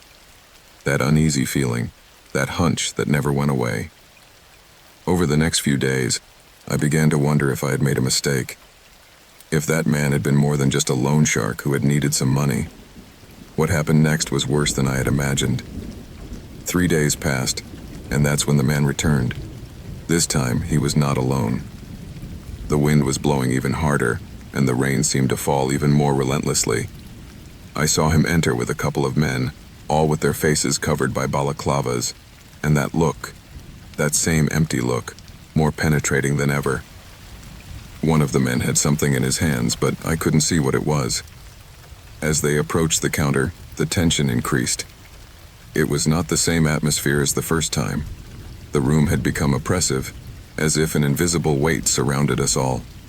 My pulse raced, and for an instant I questioned whether I had been right to keep that damned business. The man didn't need to say anything for me to understand what was going on. He hadn't come to return the money. He hadn't come to get his item back. He had come for something far worse. Time passed, but the threat didn't go away. The anonymous calls began, the text messages with veiled threats, the shadows creeping around the corners of my field of vision.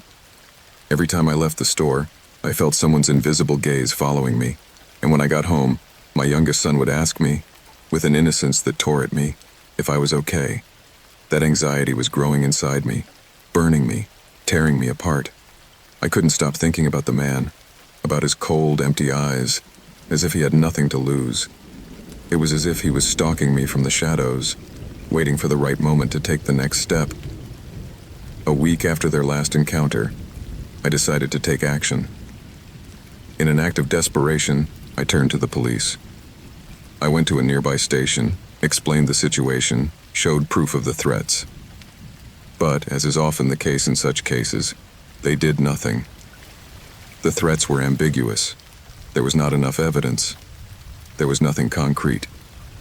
They told me that they could not do anything without a formal complaint, but that, in any case, I should stay calm and wait for it to be resolved. I could not wait. I knew that my life and that of my family were in danger. That same night, when I closed the store, I felt that something was about to happen. My son was at home, asleep.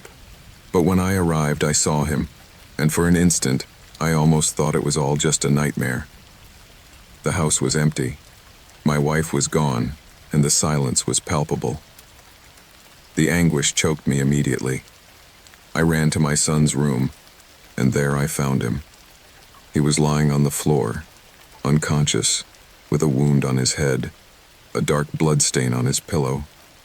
The man had come to my house. The storm had stopped, but the weight of what had happened fell on me like a heavy blanket. That feeling of horror, of helplessness, was unbearable. What did this man want? Why had he come to my family? No one seemed to have any answers. My son was in the hospital for several days, but miraculously survived, though not without sequelae. What left me scarred, however, was not his recovery, but the fact that, despite all that had happened, the man had not disappeared. I knew I could trust no one. That fear was no longer intangible. He was no longer safe. Throughout the months that followed, I tried to move on, even though I couldn't shake the fear. Sometimes I would hear footsteps outside the store, see shadows in the windows, feel like I was being watched. It was as if I was trapped in an endless cycle of fear, of anxiety. The man never appeared again. but I always knew he was still there, waiting for the right moment. Today, looking back, I understand something I never wanted to accept. This man, the one who looked like a shadow of the storm, was not just a figure of terror. He was a reminder. A reminder that we cannot always predict what will happen in our lives. The decisions we make, no matter how simple they may seem, can have consequences we never imagined. No matter how far you think you can run, no matter how strong you feel you are. There are times when life confronts us with our own vulnerability. Sometimes I find myself wondering how I could have been so blind. How could I have failed to see that this loan was not just an exchange of money and items? As time passed, fear grew inside me like an unstoppable plague, a feeling that would never subside. The nightmare was not over, not even with the storm calmed. Now, in telling this story, I don't expect you to understand what I went through. I don't even know if I will ever fully understand. But I do know one thing. Sometimes, the worst storm is not the one that falls from the sky, but the one that rages inside us when there is no way to escape. The rain has finally subsided, but the anxiety is still intact. And I, like all of us who have ever faced a real threat, know that there will always be something lurking, something waiting for the right moment to remind us how fragile we are. The rain was relentless that night, lashing the windows of my apartment with a force that seemed to have no end. Each drop crashed against the glass with the same dull, continuous sound, as if each impact was trying to break something in me. It wasn't just the noise that bothered me, but the weight of everything that had been happening over the past few months. Things were not going well. In fact, everything had gone awry so quickly and so brutally that I was having trouble recognizing how I had gotten there. I'm a bank manager, which at first seemed like a good position, a stability that anyone in my position would value. And I did, of course. The first few years were quiet, a dream of money, recognition, and power. My wise decisions had led the entity to generate large figures, and my name became synonymous with success within the institution. I was admired by my superiors, my colleagues respected me, and the future looked bright. But like everything good in life, my success attracted the one I least expected, Juan. Juan was one of my colleagues, someone who had worked alongside me for a long time, an ordinary guy, nothing out of the ordinary, but with a voracious ambition, an ambition that, over time, started to become dangerous. At first, his comments were more or less harmless. He talked about my way of doing things, how I seemed to have everything under control. It wasn't a friendly attitude, but it wasn't worrisome either. However, something in his gaze made me feel uncomfortable, as if he was always overwatching, as if he wanted something more than just being there. Over time, Juan's little hints began to become more direct. At first, they were subtle doubts about my decisions and projects. He said I had taken unnecessary risks, that I had been too optimistic with some of my gambles.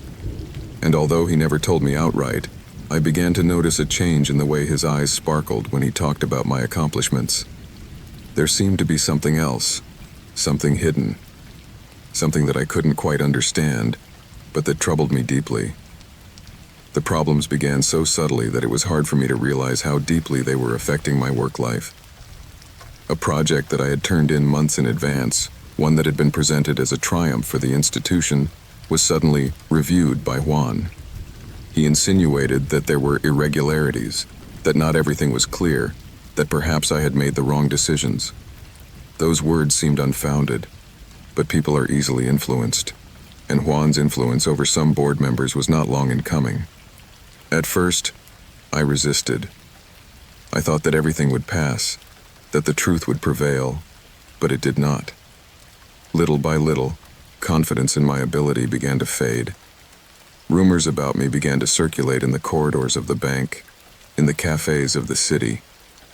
I began to receive anonymous emails, messages insinuating that my time at the bank was coming to an end. The insinuations were not vague. The messages were direct, almost derogatory. They said that Juan was gaining ground.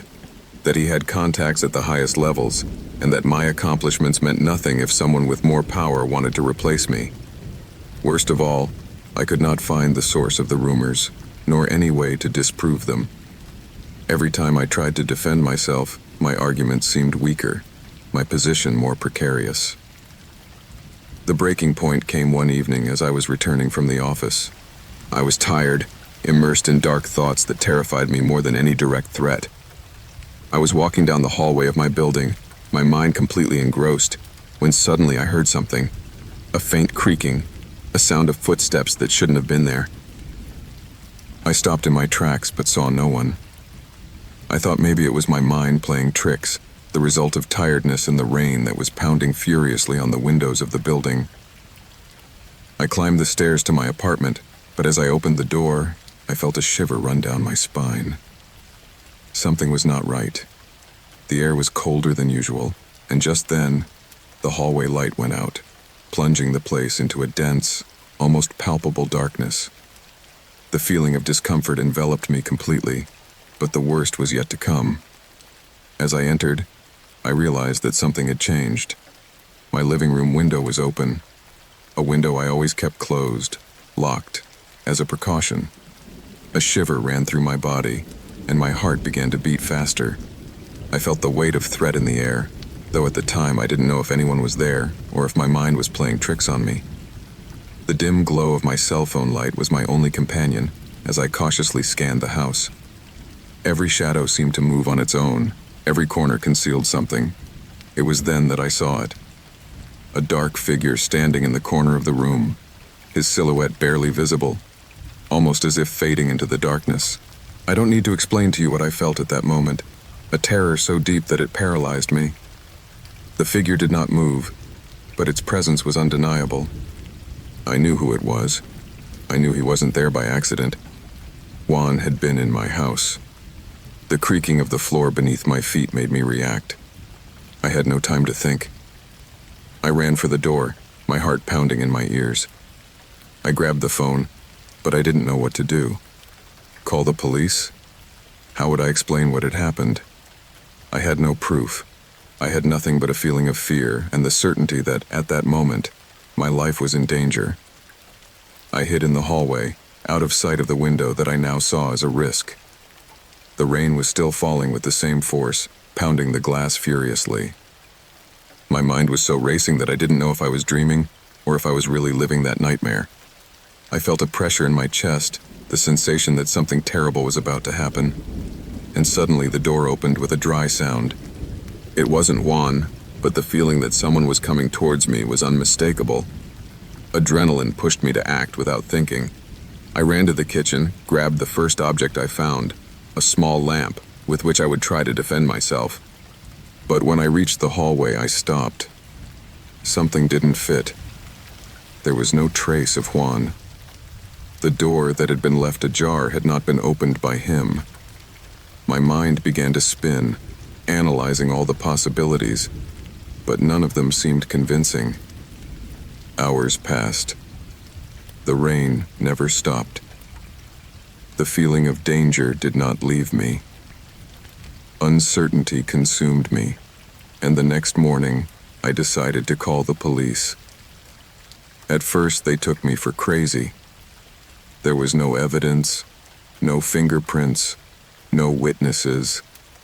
All I had was my word against his, and everyone knew that Juan had more influence than I did. What followed was a spiral of sabotage. My projects were disqualified, my accomplishments disproved, my reputation went to the ground. No one would listen to me. John's face was everywhere, hidden behind a triumphant smile that no one seemed to question. Finally, time did what justice could not. For months I had been living with the latent threat that someday Juan might try something worse. But that night, fear and paranoia played a trick on me. I had made so many assumptions, had been so obsessed with the idea of his attack, that I had forgotten the simplest thing. The human mind is capable of so much more than what a threat can show. Today, 7 years later, I can say that not only those who escape danger survive, but those who are wise enough not to be trapped by fear. Juan is no longer in my life, nor in the bank, nor in the city. But the price was high. I lost my confidence, my peace, and for a long time, my humanity. What I really learned, is that it's not about running from danger. It's not about avoiding the direct threat. It's about how you face the darkness inside you, when the storm is no longer just external, but also internal. And, although the rains may subside, what remains is what you have made of the storm. And, above all, what you have done with yourself by having survived it. The rains will continue to fall, but I am no longer the same. The rain never stopped pounding on the windows that night. The sound of the drops, like hammering on a drum, covered every other noise. There was something sinister in the way it fell, as if the storm itself was so caught up in its fury that it could not escape its own chaos. The wind, like a steady whisper, was creeping through the cracks in the doors and windows, and the sound of the storm mingled with a rustle coming from some corner of the house. That house, the same house that had seen me grow up, the same house that took me in when I returned after several years of absence. But it wasn't the same house as before. It wasn't. I moved back to this place seeking solace, thinking I would find peace after all that had happened. Somehow, I thought my return to this forgotten place would erase the scars of the past. However, it did not. It was not peace that awaited me, but a danger in the shadows. A danger that was becoming closer and more tangible. The storm had started an hour earlier, but it wasn't the storm that had me on edge. No, it was the constant feeling that someone was watching me. At first I thought it was paranoia, a normal reaction after the years of stress and events that had happened to me. But I couldn't ignore the feeling. The same feeling that had been with me for years and that I couldn't shake. It wasn't paranoia, it was something else, something much worse. It all started years ago when I decided to move to another place, to get away from everything I knew. Maybe it was a way to run away, to try to find myself again.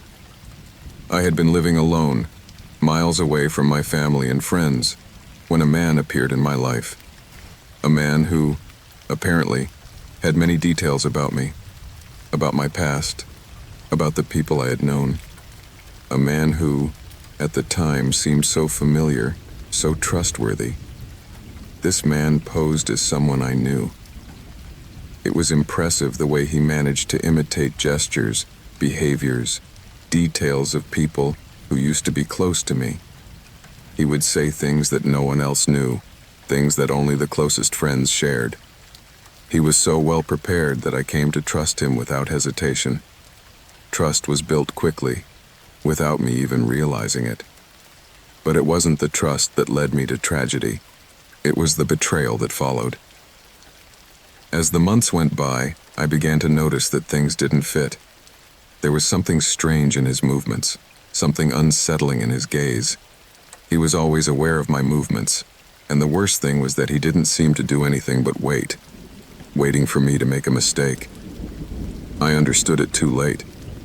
He had infiltrated my life not out of friendship, but for another purpose, a much more sinister one. The betrayal unveiled itself one night, so abruptly and violently that I could not immediately understand it. It was a blow to the head, a blast of pain followed by darkness. When I awoke, I was in a room I didn't recognize, tied to a chair.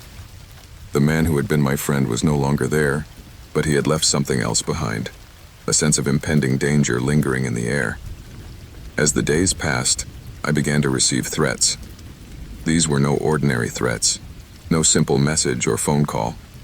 They were letters, carefully written, with details that only he knew. They described what was going to happen to me, how I would find myself trapped in a no-win situation. Each letter was signed with a different name, but the tone was always the same: threatening, cold, calculating. At first, I tried to take it as something passing, like a bad joke, but I soon realized that things were not as I thought. The letters became more frequent, the threats more specific. They said things like, "We're watching you," or "We'll find you wherever you are." My paranoia grew with each new letter. The feeling that I was being followed, that something was lurking at every step I took, became unbearable. I could no longer sleep peacefully. I could no longer walk down the street without looking over my shoulder, without feeling that someone, somewhere, was watching me. I moved house several times, but it didn't matter. It was always the same pattern. New threats, new letters, new signs that I couldn't escape. In every city I moved to, the letters came.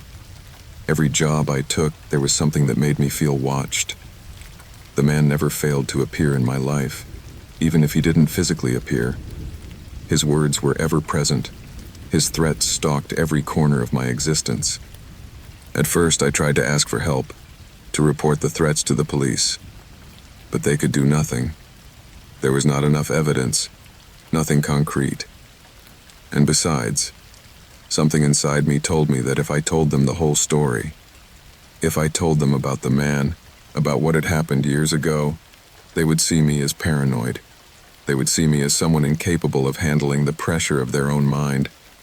And the idea that they would think I was crazy terrified me more than any threat.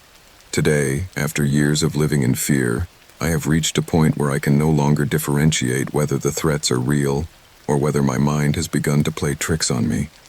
Every sound in the house makes me jump. Every shadow makes me doubt if it is a stranger or just my own reflection. There is no peace in my days anymore. Anxiety consumes me, and the nights feel endless. I have learned to sleep in short intervals without closing my eyes completely, expecting that, at any moment, something or someone will cross my path. I have become a shadow of my former self, a person who doesn't know if he lives under constant danger or if the real threat is inside his mind. But there is one thing I have learned. It's not just the betrayal that hurts. It's not just the fact that a man has infiltrated my life and destroyed it. The worst thing, the scariest thing, is that I don't know if I could ever trust anyone anymore. I don't know if I could ever trust myself. Fear, that constant fear, has eaten away all that was left of my inner peace. Worst of all, I know the man is still there, waiting. Every night, when the storm hits the window, when the wind slips through the cracks, I feel that I am not alone, that I never was. I don't know what the future holds. Every time I look out the window, I wonder if I will see him standing there in the middle of the storm, watching me from a distance. If I hear a door creak, I feel that maybe he is inside the house, waiting for me to let my guard down, waiting for the exact moment to finish what he started. That feeling accompanies me, relentless, like the storm that does not cease. I can't help thinking that, somewhere, something or someone is still lurking, waiting. This fear is not something new. I have lived it for years, but now, in the stillness of the house, in the rain and the wind, I feel it intensify. Perhaps I have never really been free. Maybe the trap he set, though it seems invisible, has always been there, lurking. Sometimes I wonder if I was ever free, if I could ever make a decision without him behind it, guiding it from the shadows. That's how I live now, with the feeling of being trapped in a net I can never break, with the certainty that, even if the threats will one day cease, the scars left by a betrayal will never completely disappear, and even if the storm passes, the traces of fear will still be there, lurking from the darkness. This story is not just mine. It is that of anyone who has suffered the betrayal of a person they trusted, of anyone who has experienced the fear of being watched, of being at risk without knowing when or how it will happen. The lesson is simple, yet painful. Trust is a gift that can be destroyed in a second, and sometimes the greatest danger lies with those we know, not strangers. Every time the rain lashes the windows, every time the wind whispers through the cracks in the house, I feel like my life is suspended in an endless weight. In the past, the rain used to bring me happy memories, quiet afternoons with the family, moments of calm. Now, however, it's just another reminder that the storm has never stopped hitting me, and as the house creaks in the dark, I keep waiting for the inevitable. Ever since Sophia appeared in my life, everything began to take an uncertain turn. She was not someone who entered my world with the right foot, but at that moment, my existence was empty, immersed in routine and monotony. It was a time when anything seemed better than solitude. Sophia slipped gently into my life, like a warm wind that, at first, seemed to ease my weariness, but would soon turn into a storm. At first, everything was intense, rapturous. Every look, every gesture, every word dragged me more and more into a spiral of desire and despair. Everything seemed perfect, as if I had found a kind of refuge in her. But, as happens in stories that are really worth telling, perfection never lasts. I clearly remember the first hint that something wasn't right. It was a Friday night, the first time I decided to stay home. I had managed to convince her that we weren't going out, that we would spend the night quietly. But when I closed the door behind her, something changed. She started looking at me with those eyes, so deeply empty, as if she was searching for something in my soul that she didn't want to find. At the time, I tried to convince myself that it was just a passing concern, maybe jealousy. I thought it was natural in any relationship. However, I soon realized that what was going on was much deeper, much darker. Sophia began to manipulate every situation so that everything revolved around her. What at first seemed to be an act of affection, a token of love and affection, soon became an invisible chain that bound me tighter and tighter. It no longer allowed me to have time for myself, nor for my friends, nor for my family, much less for my work. My hours of rest, my moments of calm, were replaced by her constant presence. If I was not by her side, I felt the pressure of her demands, the constant demand to show her how much I loved her. At first it seemed like an understandable attitude, a way to reaffirm the bond, but it quickly became suffocating. Soon, everything lost its meaning. My friends began to disappear from my life. Conversations became scarcer. Sophia's calls and texts became increasingly insistent, and when she didn't respond instantly, I could feel the tension in her voice, the fear and anxiety she conveyed, as if my silence was a threat of abandonment. The threats began to be more and more direct. First was a small comment, a phrase that, at first, I didn't take seriously. "If you're not with me, you're not going to be with anyone." I tried to play it down. I thought it was just an exaggeration on his part, a moment of insecurity. But something in her eyes told me it wasn't just that. As time went on, his control over me became more palpable. I was no longer making decisions for myself. My every move, my every step, seemed to be accountable to his will. Somehow, he had managed to isolate me from everyone without me even realizing it. I didn't notice it at first, but one day when I looked around me, I realized that there was no one left, no one who could help me. Days passed and I began to notice a deeper disconnect in the relationship. There was something in his eyes that I couldn't understand.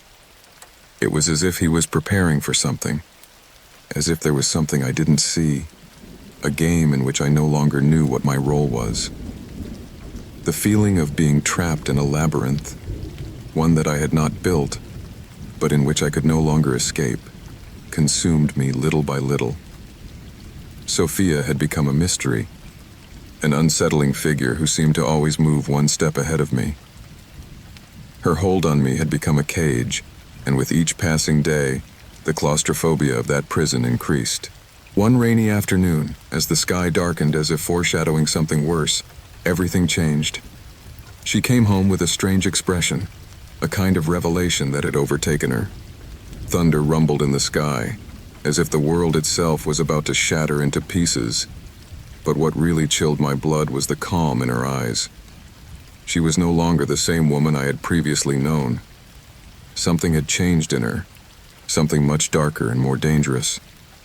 I felt my body instantly tense and, although I didn't know what exactly had changed, I understood that the danger was no longer just a latent threat, but something that was right in front of me. That night, as the storm raged outside, Sophia offered me something to drink. At first, I didn't suspect anything. I was so exhausted, so caught up in the whirlwind of her constant control, that I paid no attention to what she was offering. It wasn't until I felt an intense burning in my throat that I knew something wasn't right. It was such a sudden, sharp sensation that panic immediately swept over me. I bolted upright, trying to get to the kitchen, but the world began to fade around me. My legs were unresponsive, my mind clouded. With the last of my remaining strength, I made my way to the phone. But even though I had it in my hands, I couldn't speak. I could only feel my body burning and a cold sweat running through me, while, on the other side of the window, the storm increased in intensity. The emergency call was the last connection I had with reality before I lost consciousness. The paramedics arrived quickly and tried to stabilize me, but there was something in their eyes that told me this kind of situation was not new to them. Poisoning, they said with a professional calm, but with a hint of horror that I couldn't help but notice. The poison Sophia had given me was so subtle, so designed not to be immediately detected, that it was fortunate I had been given time to react before I fell completely. Her face, impassive, seemed to be waiting for everything to take its course, as if she were watching a game in which I no longer had any power. When I woke up in the hospital, I was told that I had been on the verge of death, but that I was out of danger. At that moment, amidst the sedatives and the fog of confusion, I knew that my life had changed forever. Sophia had crossed a line that could not be erased, a boundary that once crossed left scars impossible to heal. The same woman who had tried to take everything from me, who had demanded my love and my time, had tried to destroy me in the most calculated and cold way. After the incident, everything quickly fell apart. The police arrested her, and the testimony she herself gave left me cold. If not for me, then not for anyone, she said, with a terrifying calmness that still haunts me in my nightmares. Psychological tests revealed what I had already begun to suspect. Her mind had become unhinged. It wasn't just jealousy or a simple desire for control. There was something much deeper, something that cannot be explained in simple words, but can be felt on the skin. Today, as the rain continues to hit my window hard, I feel like I can finally breathe with some peace of mind, but I know that, despite everything, I will never be the same. The anguish, the constant fear, that feeling of being watched even in the most intimate moments, do not dissipate so easily. I had a hard time understanding what really happened between us. I was so caught up in his mind games, I didn't see the reality in time. I now know that danger does not always come in the form of monsters or strange shadows. Sometimes danger comes from those we least expect it, from people who promise us love, but are actually building our own prison. I will never be the same. But perhaps in this unpredictable world, understanding the limits of control, obsession, and what it really means to love, is the only thing that will allow us to survive intact. Because in the end, the only thing left is to learn to look at people with the eyes of truth, without falling for their lies disguised as affection. And never forget that sometimes, the storm that destroys us the most is the one we least expect. My life before all this was normal, or so I thought. I was a watch model, and although I didn't consider myself famous, my face appeared on posters and advertisements all over the country. I spent my days in photo studios, traveling between cities, and in the few quiet moments, I enjoyed my alone time. Like anyone trying to stay in their own world, without much exposure to others beyond work, I felt good. I wasn't looking for big celebrities or attention outside of the camera spotlight. Living in my small apartment, uncluttered and uninterrupted, was what I had always wanted. Then, however, something strange began to happen. Something I could not foresee. Something that changed my life forever. I clearly remember the first package. It arrived one afternoon as I was returning to my apartment after a long day of shooting. It was no ordinary package, not something I could have expected. It was small, wrapped in brown paper, with no return address. I left it on the table without giving it much thought. It didn't intrigue me at the time, but that indifference quickly turned into a mistake that would cost me more than I could have imagined. Inside the package was a letter. It was handwritten, in neat, almost perfect penmanship. It did not mention my name, but the words were clear and direct. I watch you from afar, but I am more than just a spectator. Soon we will be together, never to be separated. Something in the tone of those words unsettled me. A strange sensation, a pressure in the air, settled in my chest, but at that moment, I did not understand what was to come. I put the letter aside and went on with my life, although there was already something inside me that had changed. I thought that perhaps this was a somewhat obsessive fan, someone with too much imagination, who would soon tire of it. But it was what happened next that made me begin to doubt my perception of reality. More letters came, more and more personal ones. Sometimes I would find them in my mailbox, sometimes on the windshield of my car, even on the stairs of the building where I lived. Each one contained details that only someone who watched me constantly could know. My schedule, the routes I took to get to work, the little routines I had never shared with anyone. Like an unsettling puzzle, each letter revealed more about me than I knew myself. I remember feeling a mixture of irritation and fear. I decided to ignore them, thinking that this was a fan who had crossed a boundary, but not something I couldn't handle. I tried to convince myself that it was just a phase, a passing thing, but it wasn't. The letters kept coming, each time with more and more details about my personal life, things that no one, not even those close to me, knew. The feeling of being watched began to grow, like a weight in the air that grew heavier and heavier. I could not escape this invisible pressure, and I felt trapped in a net that I did not know how to break. The moments of peace I once enjoyed began to fade, and in their place, a constant discomfort took hold of me. One night, rain began to fall in torrential downpours. The sound of wet glass on the windshield was almost deafening as I drove back to my apartment after a particularly exhausting day. My mind was so absorbed in the monotonous sound of the rain and the accumulated fatigue that I didn't realize something wasn't right. I didn't immediately notice that there was someone in the back seat of the car. As I turned the key to start the engine, a cold, strange feeling ran down my back. I couldn't explain it, but I knew something didn't belong in that space. It was a presence I hadn't invited. Fear came over me instantly. I thought maybe someone had gotten on by mistake, someone who wanted to ask for my autograph or who recognized me on the street. But what happened next was so unexpected that I could barely react. In an instinctive act, I turned off the engine. The rain was still pounding on the windshield, but all else was silent. Then, a sharp knock on the back of the seat made me jump.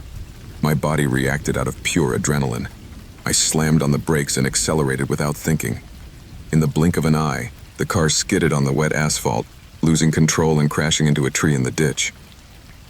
The last image I had before I lost consciousness was of the window fogged by the rain.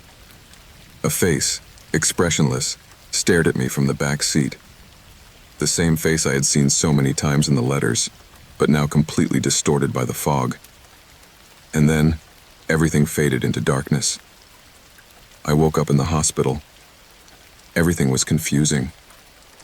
Cold lights, monitors beeping, an indescribable feeling of pain spreading throughout my body. I was in a coma for 3 weeks, but what horrified me most was not waking up, but what I saw when I looked in the mirror for the first time.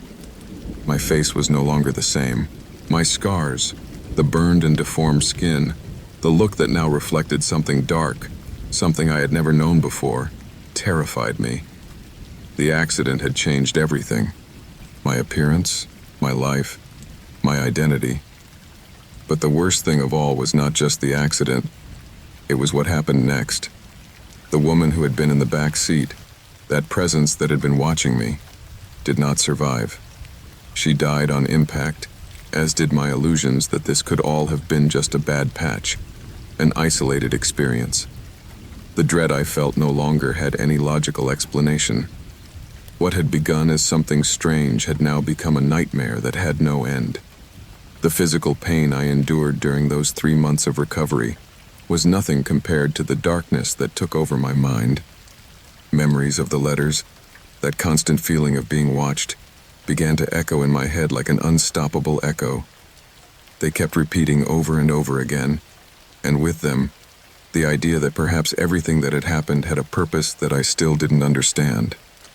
As if it wasn't just a matter of being the victim of someone else's obsession, but that somehow I myself had been part of it all. The days following the accident were grim, not only because of the constant reconstructive operations, but because of the growing sense that this woman, or what she represented, was still haunting me. The doctors, of course, could not understand how such a fortuitous accident could have happened. Investigations showed that the car had skidded in the rain, but no one could give me an answer as to how that woman had gotten into the back seat. She had disappeared from the records, and no one knew how she had gotten there.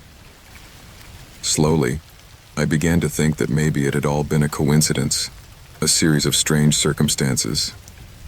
But the night I was finally able to walk with some semblance of normalcy, everything changed. The feeling of being watched never went away. I walked the streets with my eyes always straight ahead, but I felt that something, or someone, was watching me from the shadows. The obsession that once seemed harmless to me was no longer so, not only because of the accident, but because of what came after. My growing paranoia, the feeling of always being one step behind a reality I no longer recognized. It wasn't just the fear of someone else trying to hurt me. It was the fear of myself, of how I had changed. Now, as the rain continues to fall and my face reflects a pain that cannot heal, I wonder if I will ever be able to escape that woman's obsession. Her presence is here, in every corner, in every nook and cranny, deeper than I ever imagined. I've learned something in this process. It's not just someone else's obsession that destroys us.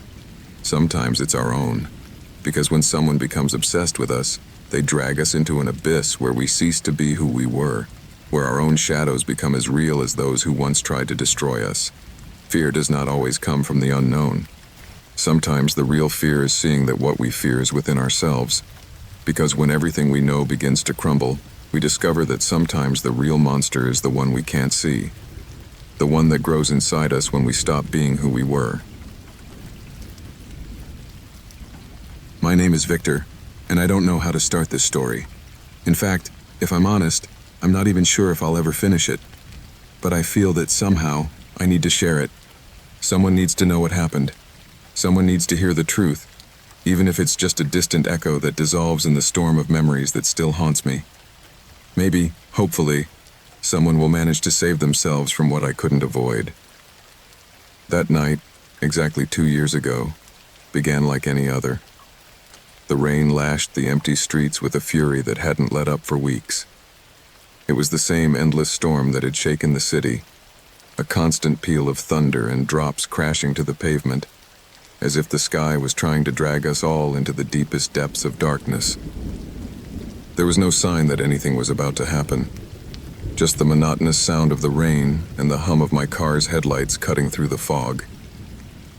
Everything seemed normal, but what happened that night I could never have anticipated. I used to stay late at the office, not because I was asked to, but because there was something about that cluttered emptiness that attracted me. That stillness, interrupted only by the sound of the coffee machine or the distant ticking of some forgotten clock. I knew that at that moment no one could interrupt me. No one would call me, no one would harass me. Just me, the white walls, the sound of my footsteps, and the rain pounding relentlessly. It was commonplace for me. But that night was not the same. When I finally left the building, I was tired, but clear-headed. I thought about getting home, fixing myself something quick for dinner and resting. Cars were speeding down the avenue, but the city seemed quiet, as usual. The rain was pattering on the car windows as I settled into the seat and started driving south.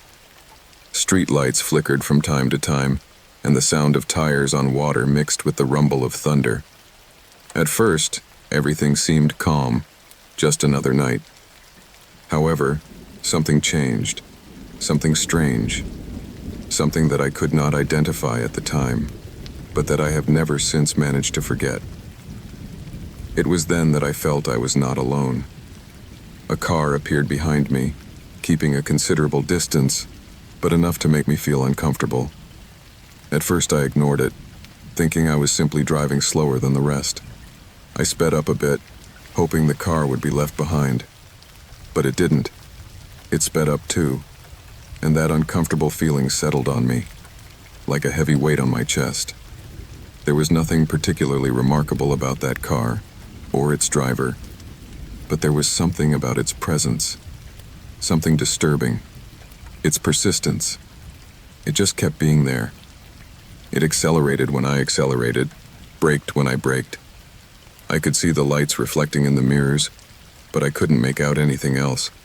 Not the driver's face, not a sign that would give me any clue as to who was behind the wheel. It was just a constant shadow behind me. By now I had left the bustle of the city behind. The streets seemed empty, as if everyone had taken refuge somewhere safe. The feeling of loneliness was overwhelming, but that shadow would not go away. My breathing became irregular, and my eyes kept glancing at the rearview mirrors, hoping to find some answer that never came. I accelerated, seeking to gain distance, but the car was still close behind. It was always there. It was as if the driver knew exactly what he was doing, as if he could anticipate my every move. If I accelerated, so did he. If I braked, he stopped. He moved as an extension of my actions, and something inside me told me it wasn't a coincidence. This wasn't just a simple pursuit. Something else was at play. Was he playing with me? What did he want? Suddenly, I made an impulsive decision. I turned onto a side street, hoping to lose him. I made the turn without much thought, hoping the car would turn too, giving up the chase. But it didn't. The sound of its tires was still there, steady, haunting. It was so close I could feel the pressure in the air, as if it were stalking me from the darkness. My skin bristled, and my heart beat so fast, I feared it was going to burst out of my chest. Anguish grew, and the thought of running away settled in my mind. But instead, I made an even riskier decision. I stopped in the middle of the street, turned on my hazard lights, and stood perfectly still. I needed to see what the car was doing. I needed to confront it somehow. Something inside me told me that if I didn't, I would never know who it was or why it was there. The car stopped too, a few feet away. The headlights were still shining, but I couldn't see anything else. The darkness inside the vehicle was total. There was no sign of life, no movement. I couldn't even tell if there was anyone inside. No one got out of the car. The world seemed to have stopped, and all that could be heard was the steady patter of rain and the distant sound of thunder. Minutes passed, maybe more than 5. Tension was building in the air. My breathing was ragged, and the silence became even more deafening. The car, that shadow that had followed my footsteps for so long, did not move. The feeling of being watched was unbearable, and the anguish grew with each passing second. Finally, the car began to move. It moved slowly forward, approaching me. My body tensed, and a wave of panic ran through every fiber of my being. But something inside me told me I had to stay there. I couldn't run away. If I did, the game would never end. Somehow I had to face it. I revved the engine, ready to avoid the inevitable. But the car didn't stop. It glided toward me, with a determination I couldn't understand. It was no longer a reflex. It was not a predictable movement. It was something strange, unsettling, as if the driver was determined to catch me. I began to drive aimlessly, my mind clouded with panic. I didn't check my mirrors. I no longer wanted to see the dark figure approaching. I just wanted to escape, but I knew it wouldn't be enough. I couldn't get away from that shadow that stalked me, from that inexplicable presence that haunted me.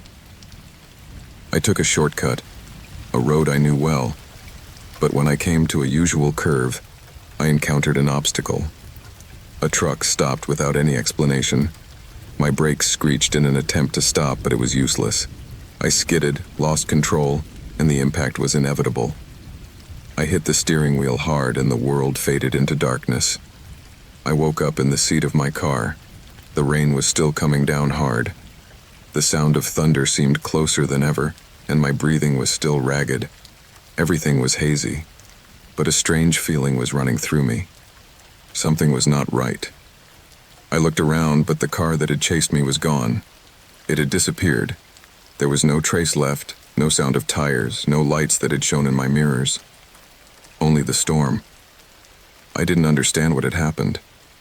I don't know if the driver got scared, if he decided to stop following me for some reason, or if something else happened, something I could never understand.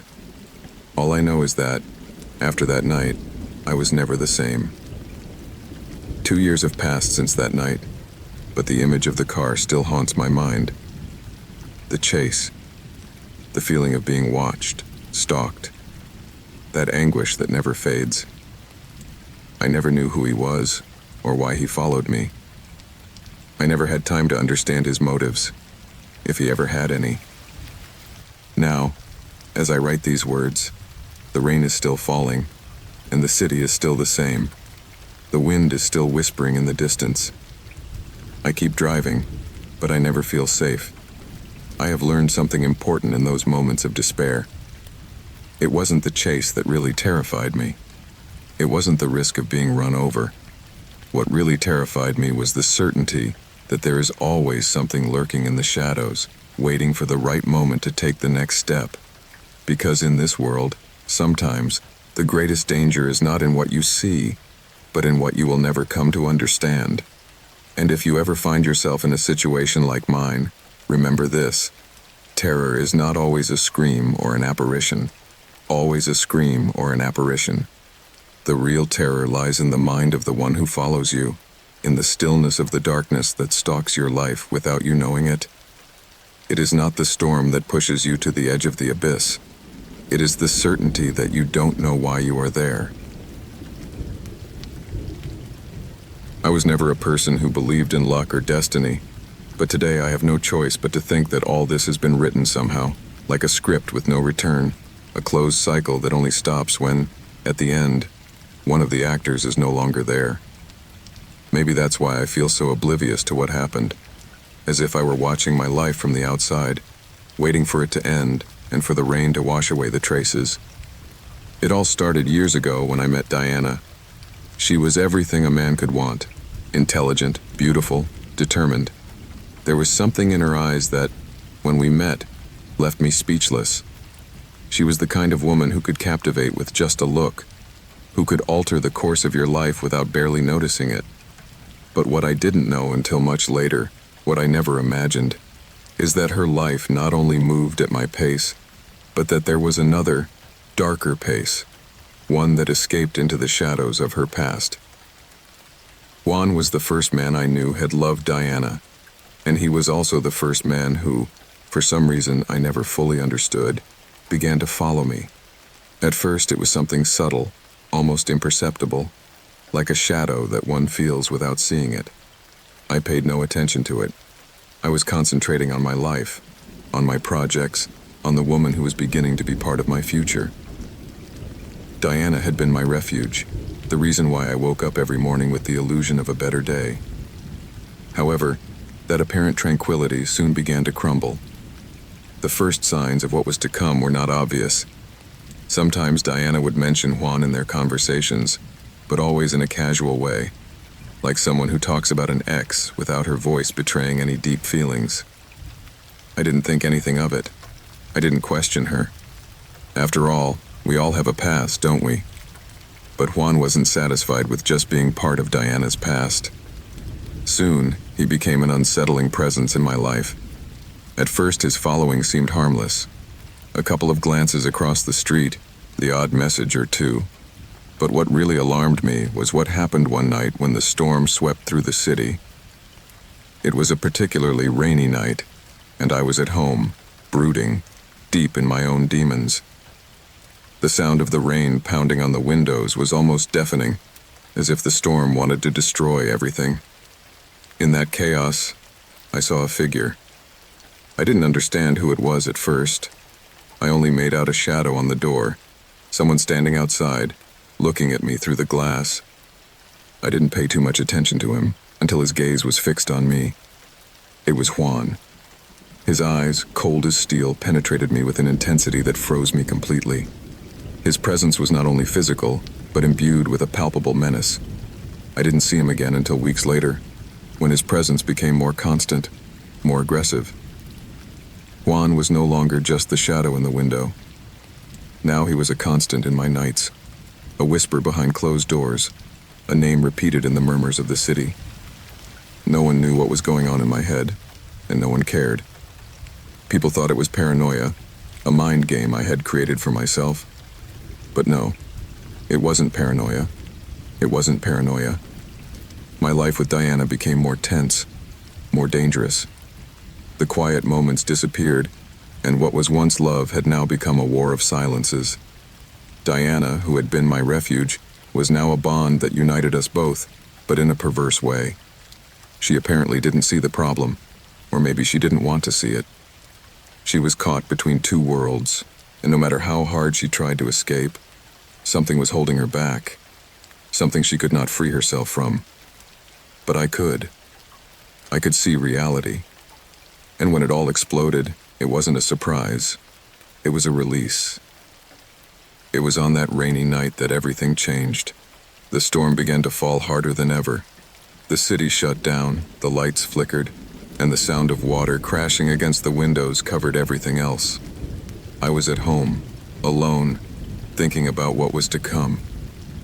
I knew Juan wouldn't stop until he got what he wanted, and he wanted it all.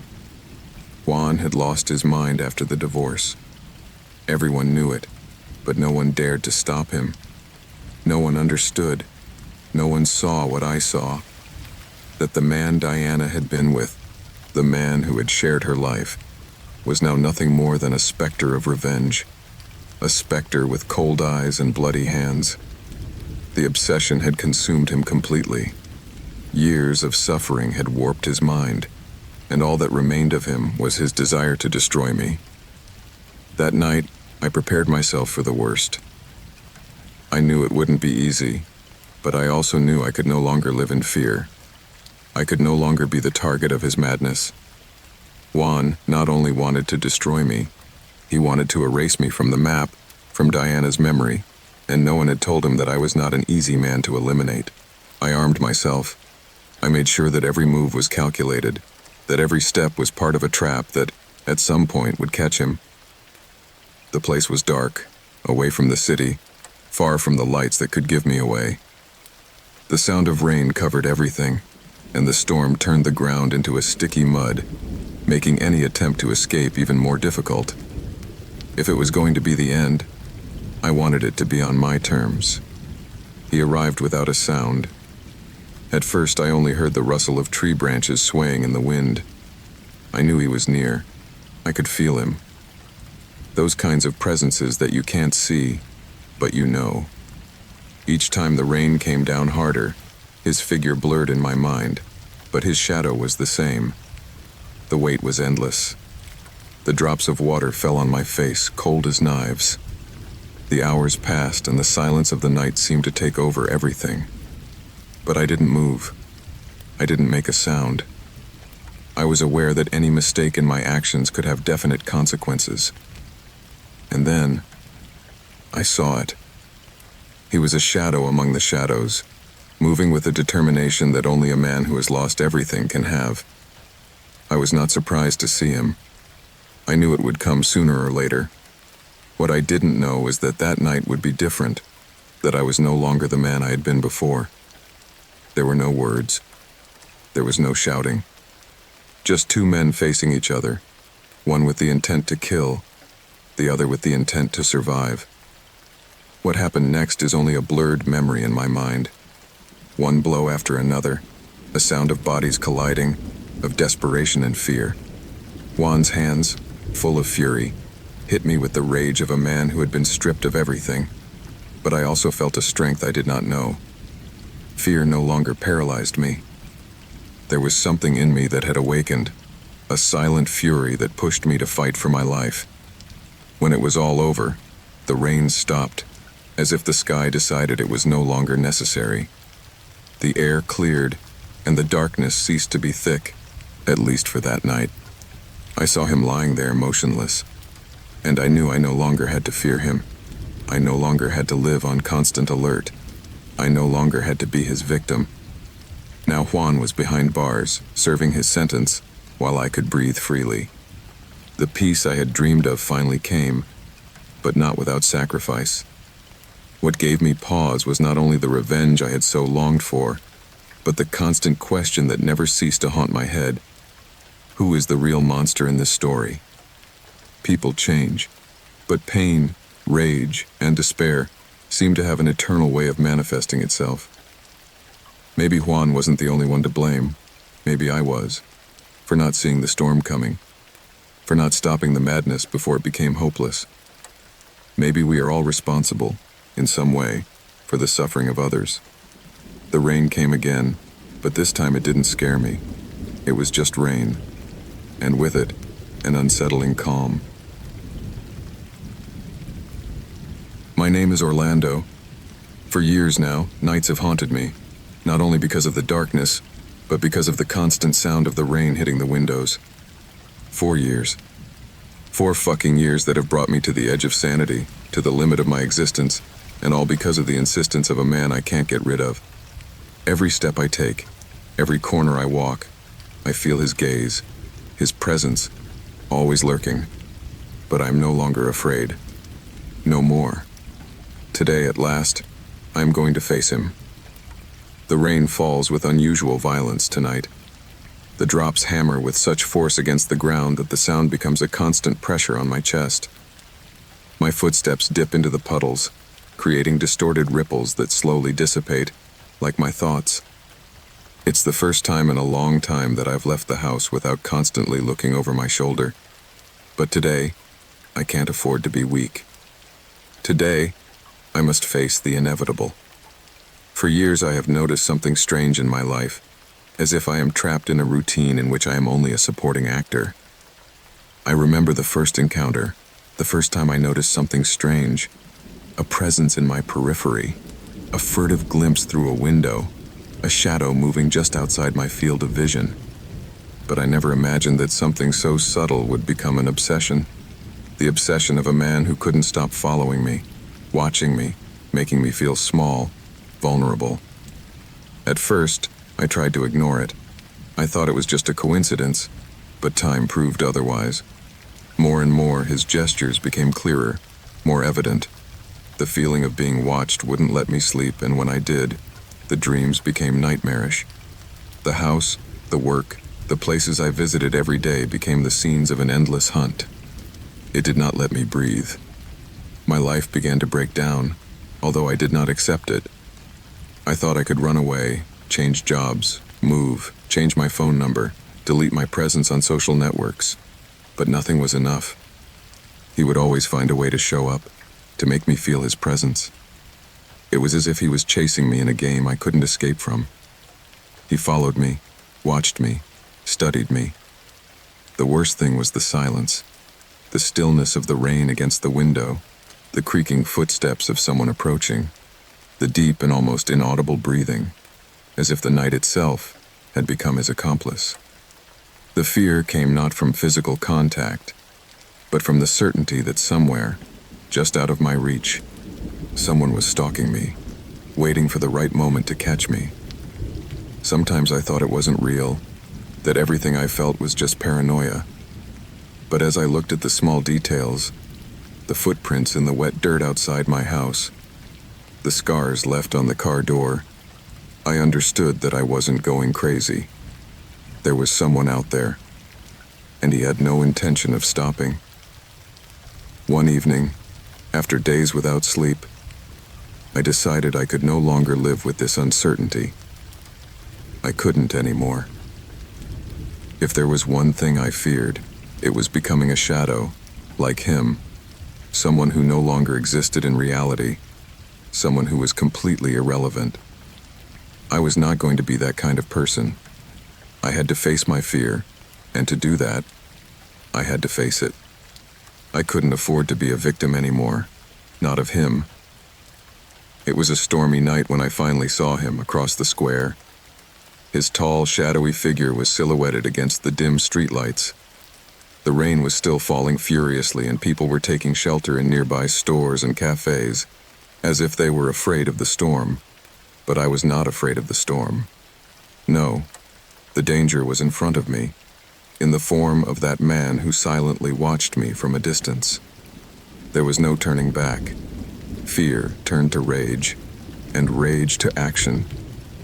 I walked towards him without hesitation, with a determination I never thought I would have.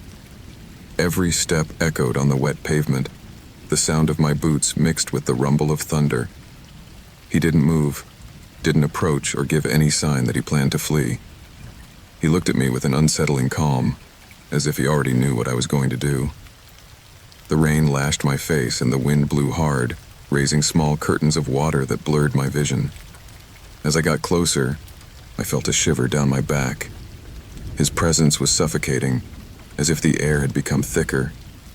And for a moment, I wondered if I really wanted to continue. But it was too late to regret it. The instant I decided to step forward, I had come full circle. What happened next I can't accurately describe. It was a kind of macabre dance, a fight without words, without rules. The sound of the impact of my fists on his skin, the crunching of bones, the rumbling of my own heart in my ears, all blended into a chaos of sensations that now blurred, as if they were only fragments of a nightmare. Finally, when the man's body lay on the ground, motionless, with the rain wiping the blood from his face, I felt that the storm had passed, but not in the way I thought. It was not a release. The silence, the emptiness left after the storm, was even more terrifying than the sound of thunder, because I understood something I hadn't wanted to see before.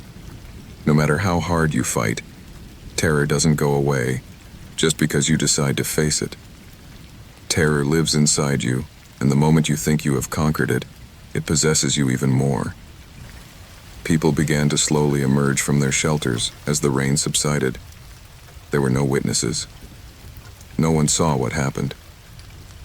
Perhaps I realized too late that I could no longer ignore the fact that, somewhere in the back of my mind, I had already begun to become what I feared most. One of them. A predator, with the same dark shadow that had haunted me for so long. I walked away from the place, and as I walked under the first lighter raindrops, I felt something watching me again. This time it was not him, but a part of me that had never ceased to exist. And I understood that in this world, sometimes there are no victims or villains, just people trying to survive in any way possible, even if it means becoming what they swore to destroy. The rains calmed down, but the weight of the night was still felt on my skin, on my soul. In the end, I understood that it was not fear that had moved me to act, but the need to set a precedent, to prove to myself that I was not weak, that I could control it. But in that attempt, I realized that, like the storm, fear always returns. It never goes away completely. And I, even though I have faced it, am still under its influence. The first lights of day began to illuminate the empty streets, and the sound of water falling from the rooftops became softer, almost imperceptible. I walked aimlessly, without a clear destination. My mind was scattered, caught between tiredness and guilt, searching for something to anchor me to reality. But the storm had done its work, and although the sky was beginning to clear, I could not shake off what had been left behind. There was something inside me that had changed forever, something I couldn't erase, no matter how much I wanted to. Like the rain that washes away everything in its path, fear had penetrated me so deeply that it was impossible to distinguish it from my own essence. I could no longer separate the shadow that haunted me from the one I had begun to carry myself. And even if the world moved on, even if life went on with its indifferent course, I knew that something in me had been marked, sealed by that stormy night. Sometimes the real enemy is not outside of us, but within. And there are moments when there is no turning back. The rain hits the window furiously, creating a curtain of water that slides to the ground, as if the whole world were drenched in despair. Outside, thunder rumbles deep in the earth, as if the sky itself is roaring its wrath. I am here, alone, trapped in this third-rate apartment, in some forgotten corner of a city I should never have visited. The storm seems to be the only thing that accompanies the sound of my heavy, choppy breathing, as if my body has lost the ability to understand what is happening. I know there is no escape. The door is locked, the windows sealed, yet I dare not stand still. I can't. Something is outside, lurking, and I don't know if that threat is in the city or in my own mind. In my stomach there is a knot that won't dissolve, a feeling of being watched. But when I look out the window, all I see is the endless torrent of water soaking the streets, making the city collapse silently under its weight. I started running hours ago, but I don't know where I'm going. I only know that I can't stay here. Something is chasing me. A man, maybe more, maybe a shadow, but I haven't seen him clearly, and that only increases the sense of danger. There is something dark about his presence, something that makes me feel like the city itself is conspiring against me. If I try to leave, I'll probably run into him. And if I stay, I don't know if I'll ever be able to breathe easy again. I long ago gave up any hope of finding help. In this city, people seem to disappear in the rain, as if disintegrating into thin air. No one stops to ask, no one cares. Indifference covers everything. That terrifies me more than anything else, that this place has somehow made me part of its web. The buildings, the streets, even the air seem to absorb me, blurring my identity until there is nothing left of me, as if I myself were just another shadow, about to fade into nothingness. I think of my family, of my friends, of those I left behind without knowing that something so strange was brewing, something so dark. The thought that I will never be able to see them again, that this could be the end of me, slowly consumes me. But still, I dare not give up. There is something inside me, a tiny spark of hope, that compels me to continue. Maybe it's despair, maybe it's foolishness, but I won't let the rain quench my will to fight. I close my eyes for a moment, trying to calm my mind. The sound of the storm is deafening, but in the midst of it all, I hear a distinct sound, sharper than the rest of the noise, the creak of a door opening, followed by footsteps slowly approaching. My heart races. The damn noise can't be real. I imagine it, for sure. It's the storm playing with my mind. But what if it isn't? I get up from my chair and walk over to the window, sticking my face to the fogged glass. My reflection, distorted by the water, is all I see. I try not to think about what might be waiting for me outside, but anxiety consumes me. I can't sit still, not now. The place is too quiet, too empty. I feel like I'm an insect caught in an invisible net, waiting for the final blow that never comes, but which I know is near. The front door opens wide, and the sound of footsteps intensifies. Someone is walking down the hallway, calculatedly, meticulously.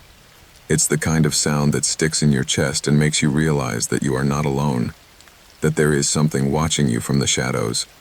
My mind screams at me that I shouldn't look, that I should stay silent and wait, but the urge to see what's going on overpowers me. I move quickly toward the door. I breathe slowly, trying to contain the fear that consumes me, the cold sweat that runs down my forehead. I don't have much time. If he's outside in this hallway, I don't know if I'll see him coming. I don't know if I can escape. The apartment door is closed, but the doorknob begins to turn slowly. There is no noise, just the sound of the metal yielding to the movement of the key. A low, almost imperceptible creak, as if the air itself is bending to that action, each movement, each passing second, more unsettling than the last. My body tenses, my mind searches for a way out. but there is none. When the door opens fully, all is silent. The footsteps cease. The wind howls outside the window, but the calm that comes after each storm is even more disturbing than the bustle of the rain. The sense that something is watching, lurking, becomes more real. Through the dark threshold of the door, I feel the emptiness spread throughout my being, as if the air itself is weighing on me. I think of running, of hiding, but I don't know where. Time seems to stop. A second that stretches until it becomes an eternity, but I can't just wait. A primitive instinct forces me to move, to act. And so I do. I leave the apartment, sneak down the corridor without making a sound. The humidity chills my bones, but what chills me is not the temperature, but the sensation of being chased. The footsteps, though distant, echo in my head.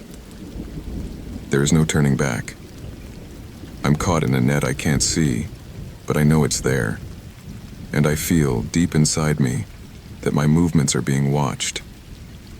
The city, with its endless rain, looks like a labyrinth. Every corner turns into a dead end. Every building becomes a steel trap, impenetrable. There are no familiar faces. No one looks at the passerby. No one asks. No one helps. And I am no exception. My name is just a word in the distance. David. But in the end, who remembers him? Who remembers a man lost in a city that forgets all its inhabitants? Every turn in the street, every crossroads, seems to take me further away from any chance of rescue. The rain has ceased to be just water falling from the sky to become a web of despair that envelops everything. It is a blanket of oblivion that creeps through the streets, absorbing the last vestiges of humanity. Man, if he really exists, is no longer in sight. But I feel him closer than ever. The shadows seem to move at their own pace, playing with my mind, confusing me. But it doesn't matter. My only option is to keep going. Keep going until I can't anymore. I can't stop. Once, long ago, I thought the worst enemy was what you couldn't see. But now I know that the real danger is in what you know is there, lurking, watching you, waiting for you to make a mistake. The city doesn't forget me, and the rain won't stop until I pay for something I don't even fully understand. I keep walking. My breath is no longer my own. Every step sounds like it's my last. I don't know if I'll escape. I don't know if I'll ever find myself safe. But as long as the water keeps falling, I know this is my only struggle, to survive. In the end, it is not fate that consumes us. It is the certainty that every action, every decision we make, brings us closer to the truth we don't want to see. The rain does not stop, and the city, in its indifference, continues its course. But we, trapped in our own choices, keep running, not knowing if we will ever reach the shore. Perhaps the greatest terror is to understand that there is not always a safe place, nor an end that allows us to rest.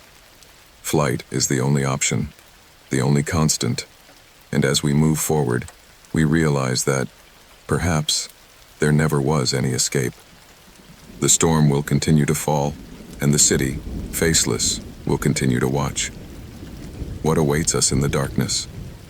Is the rain a mere reflection of what is to come?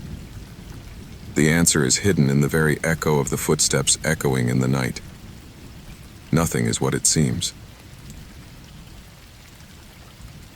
The rain never stopped falling that night.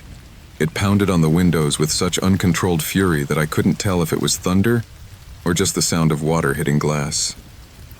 The wind, furious, dragged the water along the sidewalks, and the trees struggled to stand firm, bending to the ground as if they wanted to surrender to the chaos that was unleashed in the sky. Outside, everything seemed on the verge of collapse, as if the storm was not only devastating the landscape, but also the very soul of the world. I was alone, and my house seemed to be the only structure resisting the weight of the storm.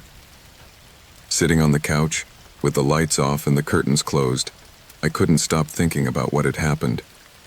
My mind, that damned machine that never stops, kept turning over the memories, the smell of the humidity coming through the cracks in the windows, the incessant sound of the wind, the pressure I felt on my chest. Somewhere deep inside me, I knew there was no escape. There was something in the air that night, something thick, something heavy. I wasn't always someone easy to scare. My work in the city had led me to face complicated situations, to deal with people and circumstances that required absolute control of emotions. I always managed to stay calm. I could always think fast. Nothing really scared me. Nothing made me uncomfortable. But then, everything changed. When you find yourself on the edge of the abyss, when the pieces of your life fall one after another like a juggler trying to salvage something that will never be possible, you begin to question what you once thought you understood. The first time I saw it, I didn't recognize it. Or maybe I did, but I refused to believe it. I was so focused on my own problems, the demands of my job and my own mistakes, that I didn't realize what was happening. Something began to appear in the shadows, something creeping silently, something watching me. It was then that I remembered what had happened years before, and I understood that somehow it could not have been a coincidence. That rainy afternoon, just before the storm began, I received a letter. The letter had no return address, but the handwriting was familiar. I didn't recognize it at first, but the contents, I did. It took me a few seconds before I realized that it could not be a coincidence. There were details of my life that only a few people knew. Details of my past that I had buried deep. Things I never wanted to come to light. And there they were, laid out on paper like a silent threat, a shadow in the corner of my mind. The message wasn't direct. It didn't say, "I will hurt you," or "I know what you did." It was much more subtle than that. There were no words of threat, just a sense of discomfort, an invisible pressure on my chest. I knew someone had discovered something I should never have known. And worse, I knew that person had the power to destroy me. That same day, as the sound of the wind whipped loudly through the house, I felt the first shiver. At first, I told myself I was paranoid. The storm, the fear, the lights flickering. But something inside me, something visceral, told me that I shouldn't trust that feeling, that I shouldn't ignore the fear that enveloped me. There was something much bigger lurking in the darkness, something I couldn't see, but that I knew was there, waiting for me. The phone rang at 3 a.m, the piercing sound of its ring piercing the stillness of the house. The number that appeared on the screen was unknown. I knew I shouldn't answer, but something compelled me to do so. There was no voice on the other end, only heavy breathing, and then the sound of a door slamming shut with a clatter. From that moment on, paranoia took hold of me. The shadows seemed to move with a life of their own. The strange noises, the flashing lights. I could no longer be quiet anywhere. I could no longer concentrate. I had begun to see myself stalked by an invisible enemy, but its presence was so palpable that I felt as if I could touch it, as if the air I breathed was permeated with its threat.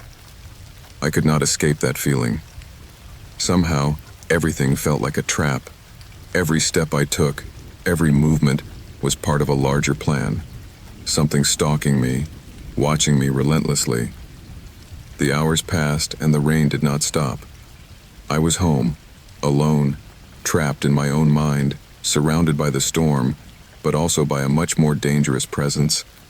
I could feel it creeping through the walls, infiltrating the stillness of the night.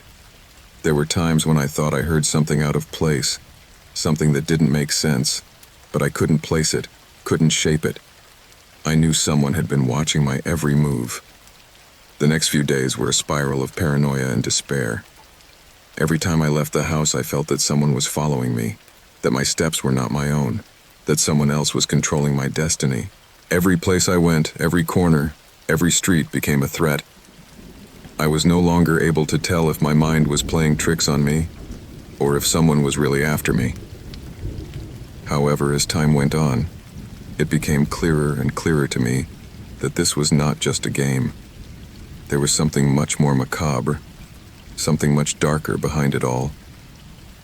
One afternoon, after several days without being able to sleep or eat, I received another letter.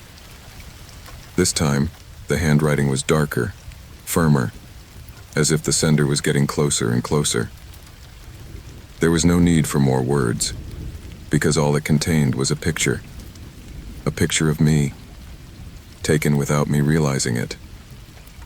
I was standing in the doorway of my office, staring blankly, unaware that someone was watching me from across the street. The image was so sharp that I could recognize every detail. It had been taken minutes before I closed the door behind me. The phone rang again that night. I answered, but this time there was no breath. Just a cold, deep voice whispering a single word to me. "I'm looking at you." Panic immediately overcame me, but before I could do anything, the call was cut off. The feeling of being trapped, of being under the constant gaze of something I didn't understand, consumed me completely. Now here I am, watching the rain fall from the window, listening to the storm that never seems to end. In the house, every sound unsettles me. The noises of the storm mix with the creaking of the wood in the house. Something is wrong. I know, because the danger is not in the storm, nor in the echoes of thunder. The danger is inside me, lurking, waiting for me to make the fatal mistake. Something dark, something that has been waiting to come to light. Something that someone else knows and that threatens to destroy me. The storm surrounds me, but I know the worst is inside my own house, inside me. And worst of all, I don't know if I can escape it. The man who threatens me knows a secret so dark from my past that he could destroy me completely if he wanted to. But he doesn't. Not yet. Why? Why doesn't he end it? Why doesn't he do what he has to do? It's strange, but there's something about the storm that makes me think that maybe he never wants to. Maybe he's waiting for me to do it, to fall under my own weight, to be dragged down into the darkness he already knows so well. And as the rain pounds tirelessly on the windows, I feel that everything I do, every decision I make, brings me closer to that darkness. A darkness that I don't know if I want to avoid, but that I can't help but fear. The rain was hitting the glass with such fury that I couldn't tell if it was raining or if the sky itself was trying to crumble. The drops fell erratically, forming long lines that blended with the darkness of the night, enveloping everything in a heavy, almost dense atmosphere. The sound, an incessant rumbling, filled the air, overshadowing all other noises. That was all I could hear. The storm. I was alone, all alone. A deep silence settled in the house, a silence that was more terrifying than any other noise. My breathing was the only thing that broke the emptiness, and although the sound of the rain seemed to envelop everything, I felt watched. Somehow, something was moving in the darkness, but I couldn't pinpoint what. There was something in the air that night, something different. Perhaps it was the fact that the streets, normally noisy, were now empty, with the lights on the poles reflecting faintly on the puddles. Or maybe it was the feeling that time had stopped, that the outside world had disappeared, and I, trapped in this lonely-looking house, was the only being still breathing. The shadows seemed to lengthen until they devoured everything, as if the storm had invaded even the very essence of the house. In my mind, the images of the day intertwined with the confusion of the night. Something had happened, but I couldn't clearly remember what. Or I did know, but I preferred not to think about it. I didn't want to remember. I didn't want to know that, while I was here, someone was watching me. The man hadn't said much when he found me. He didn't need to. His presence was more than enough to understand everything. His gaze, lost between anger and madness, was the only thing that mattered. The dilated eyes, the pupils reflecting something I didn't want to understand, and the latent threat emanating from his body like a nauseating perfume. A man like him needed no words to make his purpose clear. He knew he was capable of anything. From the window, he watched as the storm showed no signs of abating. He was trapped, caught between the darkness of the night and the shadows of my own thoughts. There was no sign of life on the streets, no vehicle peering out, no one approaching. I was completely isolated, more alone than ever. The house, which had been my refuge on other occasions, now looked like a dungeon. The walls, still intact, felt like a prison. In the house, the heat was suffocating. The air was stale, as if the very atmosphere was holding everything bad, everything wrong. The walls of the house seemed to close in on me. I could feel my heart pounding, my pulse racing, my nerves clenching every fiber of my being. I felt watched, but there were no clear signs that anyone was nearby. I couldn't tell if he was inside or outside, if he had already entered, or if he was waiting for me to make the slightest mistake. Every corner, every shadow, seemed suspicious to me. In every silence, I imagined his footsteps echoing, close, very close. The worst thing was that I didn't know where to start. Everything I had done so far had been a desperate attempt to stay in control, but control was already slipping away. Every second that passed, the further I moved further away from rationality, the closer I moved into the uncertainty of despair. My breathing was getting heavier, more erratic, and no matter how hard I tried to calm myself, something inside me was telling me that the worst moment was coming. I had made the wrong decisions before.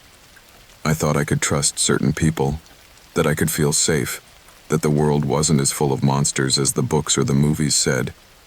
But that night, everything changed. I had met too many faceless monsters, too many beings hiding under human skin. Sometimes you can't see them coming. Sometimes you think they are far away, that you are protected by distance, that a little luck will be enough to survive. But the truth is that you never know when you're going to cross paths with something you can't control. The man was real, and he was close. I knew he wasn't the kind of person who is easily intimidated, who doesn't settle for mere threats. His look told me he wanted nothing less than the worst.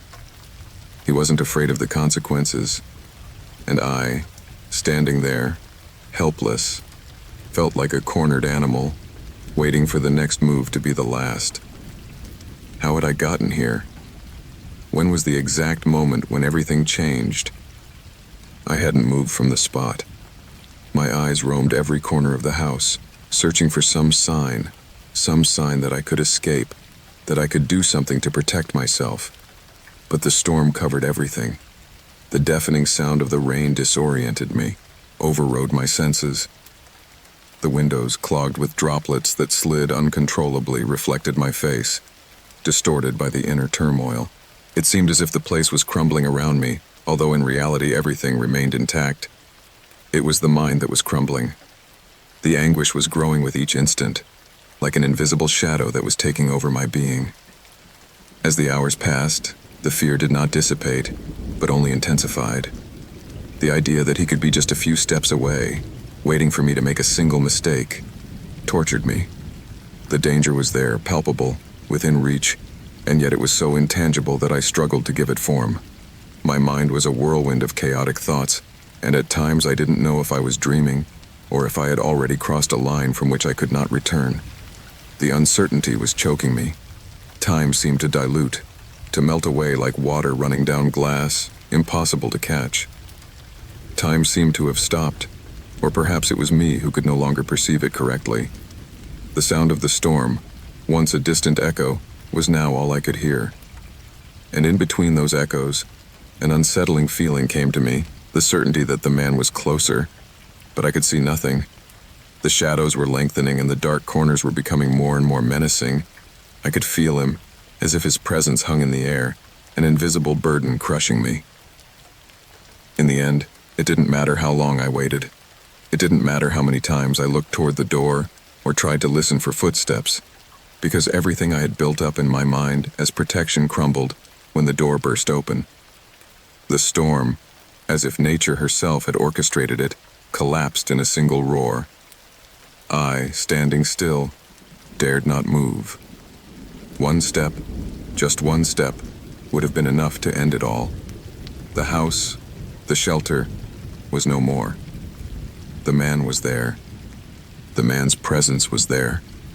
I could feel it, as real as the air I breathed, so close that I could no longer distinguish if he was behind me, or if there had simply ceased to be any kind of distance between us. I knew then, at that exact moment, the real threat was not him.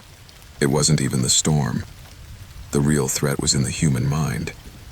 The man had been only a vehicle, an instrument of a greater harm, the reflection of a deeper truth that I did not want to accept. Because what had happened to me was not an accident. It was a reminder of how fragile we are, how close we are always to being dragged into the abyss. Sometimes, the real monster is not in the shadows, but within ourselves, waiting for the right opportunity to come out. Everything that had happened, every second of anguish, every mistake made, had been the product of our own decisions, our own weaknesses. The man, though terrifying, was but a manifestation of that which is always lurking, our fears, our shadows, our doubts. And that night, that storm, that empty house, taught me something I could never forget. There is no such thing as true refuge. We are all, at some point, at the mercy of someone, or something. There are no walls strong enough, no doors secure enough. It's just up to us what we do with that. And though the storm finally subsided, fear continued to lurk in every corner, in every breath, because real storms aren't always water or wind. Sometimes it is the internal storms that drag us into the abyss. The rain kept pounding furiously on the window, as if it wanted to break it. The sound was a frantic beating that added to the constant noise of my thoughts. The darkness enveloped me, not just because it was night, but because something had changed in the air, something that set my nerves on edge. If I had had a safe place to go, I would have. But there was no such thing left for me. The phone vibrated on the table, interrupting my litany. It was the third message in less than an hour, and like the other times, it had no content beyond a number. A code that marked one more step toward the inevitable. There was something in that message that made my skin crawl. Something that made me finally understand the magnitude of what was about to happen. The man who seeks me is not a simple enemy, nor a wandering vigilante. No, the man who is looking for me is a professional.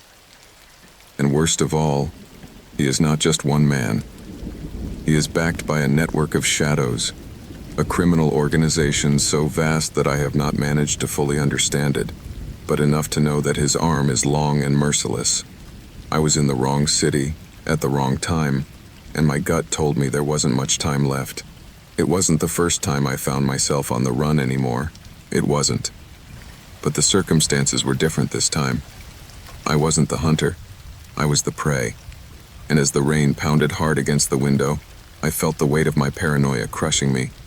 Something inside me told me that the clock had already started ticking.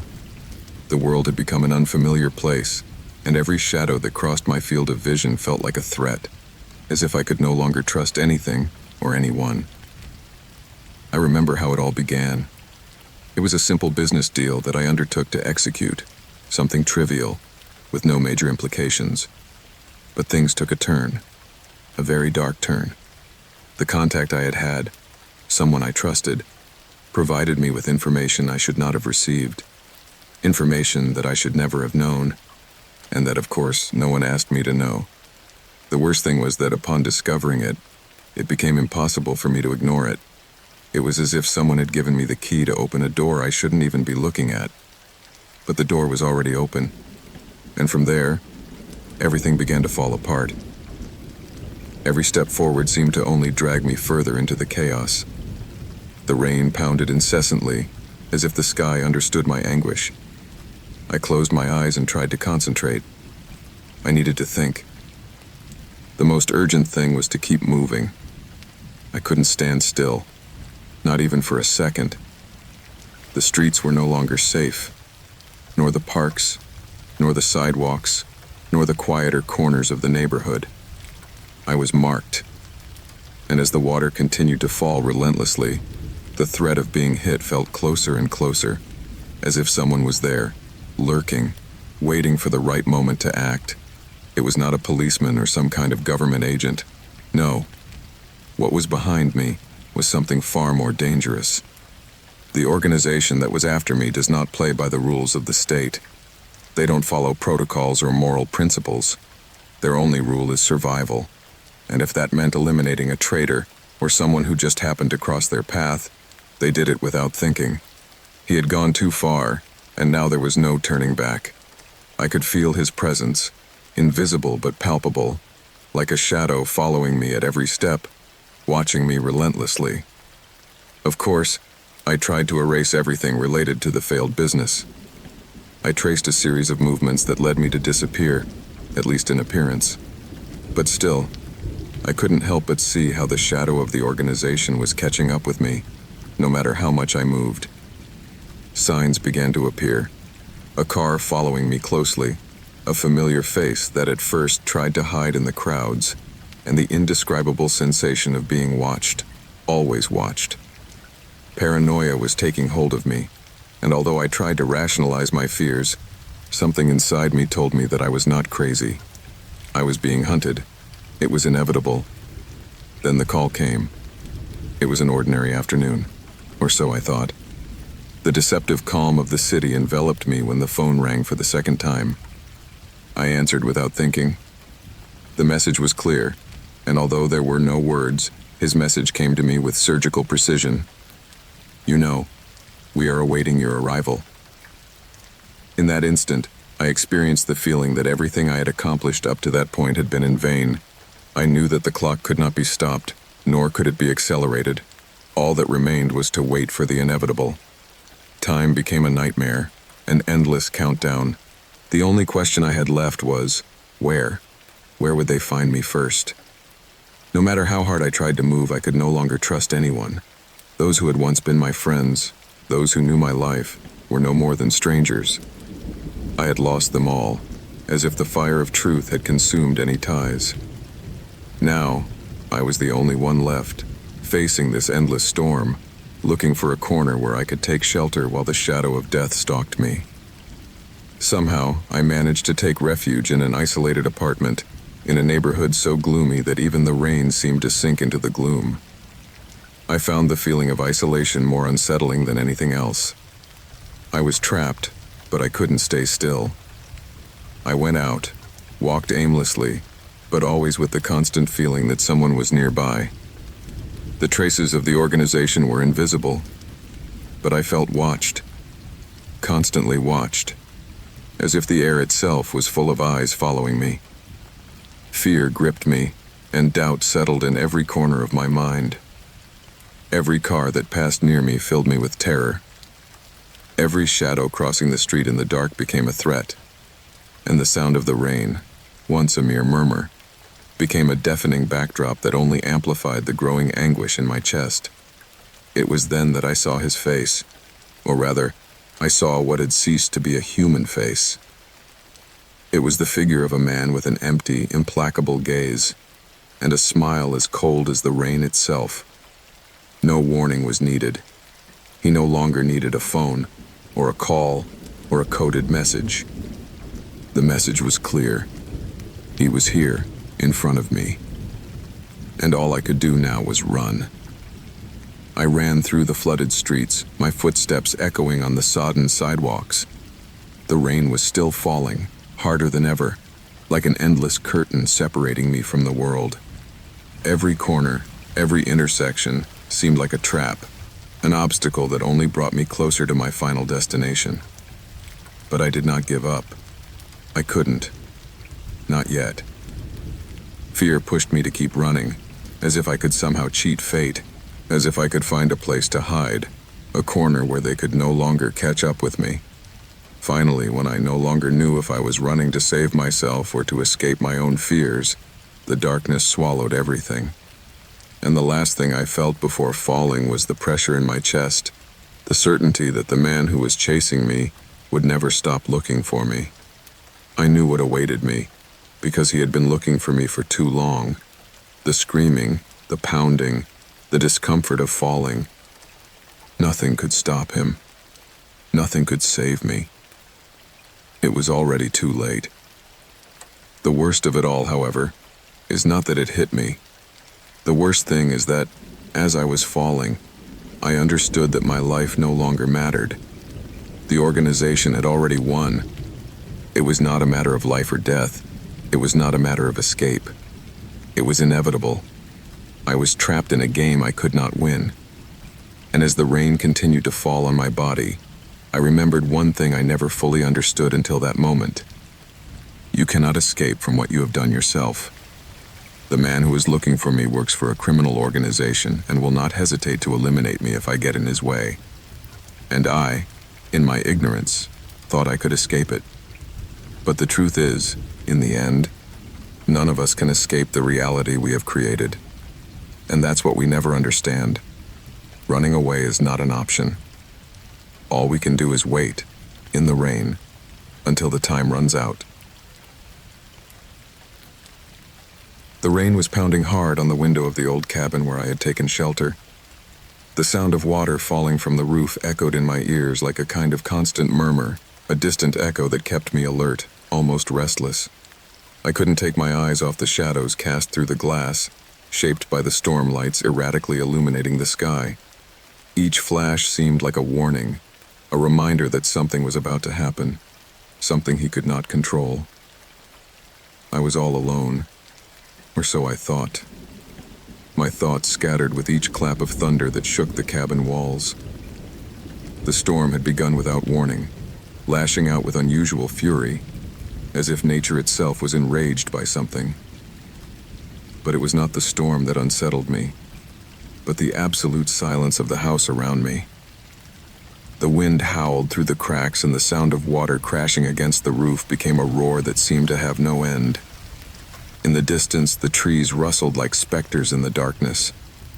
I couldn't stop thinking about the strange noises I had heard earlier, those that I couldn't tell if they came from outside or if I had simply imagined them, like the sound of something moving along the ground, creeping stealthily.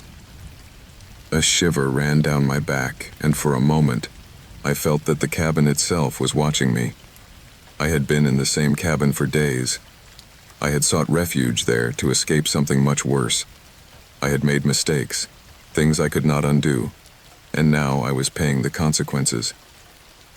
The storm, at first, seemed like a blessing, a break, a respite from the life I had left behind, from the shadows that haunted me relentlessly. But as the hours passed, something began to take hold of me, the feeling of being watched, of being trapped in a place that, however distant and isolated, offered me no solace. It was impossible not to think about it, about the man, of the face that had ceased to appear in my dreams, but was still engraved in my memory like a scar. The guilt I felt would not leave me, even though I tried to distract myself with the storm, with the endless days in that cabin far away from everything. The rage, however, was still present. That hatred that had been sown by a man I did not forget, and that, inevitably, sooner or later, always returns. The distance, the days, and the storms were not enough to keep me away from that figure that, like a persistent shadow, had crept into my life in an irreversible way. I don't know how many days I had been locked up in that place. At first, I thought the storm would give me the respite I needed so badly. I wanted to be alone, away from everything. But as the hours passed, a strange feeling began to take hold of me. I couldn't stop staring out the windows, as if something was watching me, lurking in the darkness. My own thoughts were getting darker and darker, more and more disturbing. I was sure that someone, or something, was there, in the shadows, waiting for the right moment to reveal itself. And though I tried to convince myself that it was only fear that made me see things that didn't exist, I couldn't stop thinking about him. The memories of that man came back again and again, incessant and heartbreaking. It was impossible to get them out of my mind. It had been a mistake I could not escape. No matter how much time had passed, no matter how far I had walked away from it all, he was still waiting for the right moment to make me pay. His face, his voice, the days we spent together. All those memories had become an unbearable weight, a ballast I couldn't let go of. It all started years ago. The man who now stalked me had been someone close to me, someone I once considered a friend. As friends, we shared moments, laughter, and secrets.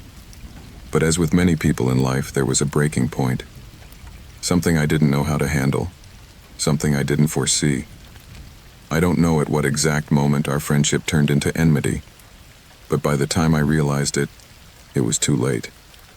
Too late to rectify, to stop what was already in motion. It was a simple matter, at least for me. A misunderstanding that turned into something much bigger.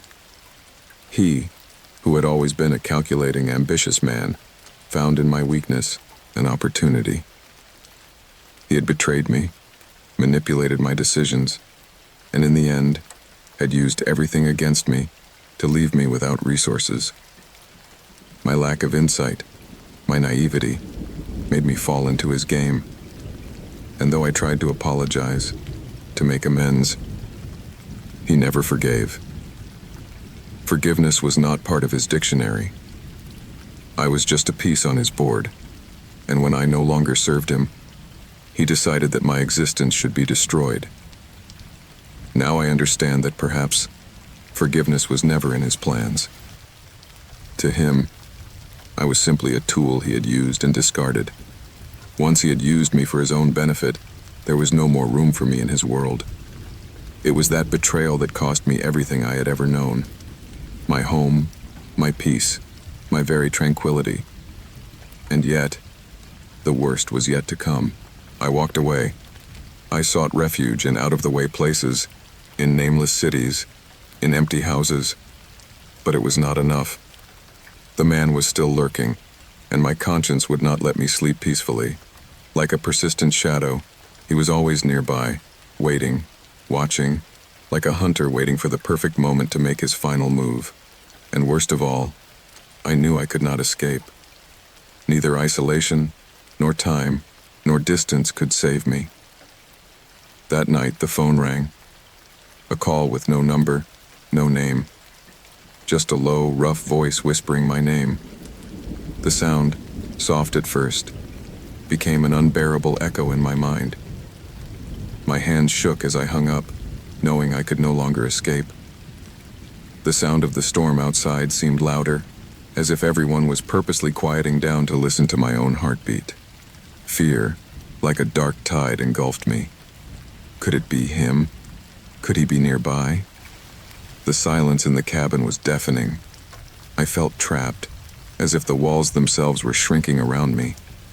My eyes kept moving, roaming every corner of the room, looking for signs, looking for something to tell me that everything was okay, that I wasn't being watched. But there were no signs. Only the pressure of the air, dense and oppressive, and the feeling that my past was catching up with me. Suddenly a noise on the upper floor, a creaking, a slight scraping, as if something or someone was carefully shifting. My heart raced, my skin crawled. I walked steadily, but my breathing grew heavier with each step. I couldn't dismiss the feeling that something was following me, as if my past was catching up with me. The same man, the same monster in the dark. I climbed to the upper floor. The air was thick, cold, damp. The storm outside the cabin continued its fury, but now it was as if the storm inside me was even stronger. My mind was torn between fear and rage, between the desire to survive and the desire to face what I had done. Every step toward the door of the small bedroom was a reminder of what I had caused. Would he be there waiting for the moment to confront me? As I opened the door, I saw something I had never expected. A figure in the corner of the room. His back was turned, motionless, staring out the broken window, as if he was waiting for something, as if he had been there for hours. In that instant, I knew that the storm was not only outside the cabin, it was inside me, and I was sharing it with him. The same storm that had been chasing me all that time had reached its climax. The inevitable encounter was here. As I reached in front of him, the figure turned. I saw him fully for the first time. His face, scarred by time and anger, was a mask of determination. He didn't say a word to me. He didn't have to. I knew he wasn't there for any reason other than revenge. And when he looked into my eyes, I finally understood that everything he had done in the past had been a prelude to this encounter. The storm outside was roaring louder than ever, but it no longer mattered. At last, he had arrived, and I had reached my end. The storm had started much earlier than I remembered, and in the end, it wasn't the rain that drowned me, but my own guilt. Sometimes, the greatest enemy we face is not on the outside, but within ourselves. We can run away, hide our mistakes, think that with time the damage will be forgotten. But the reality is that the shadows of our actions always follow us, patiently waiting for the moment when we have no more escape. When the past meets the present, we are confronted with who we really are. And in that confrontation, there is no room for lies.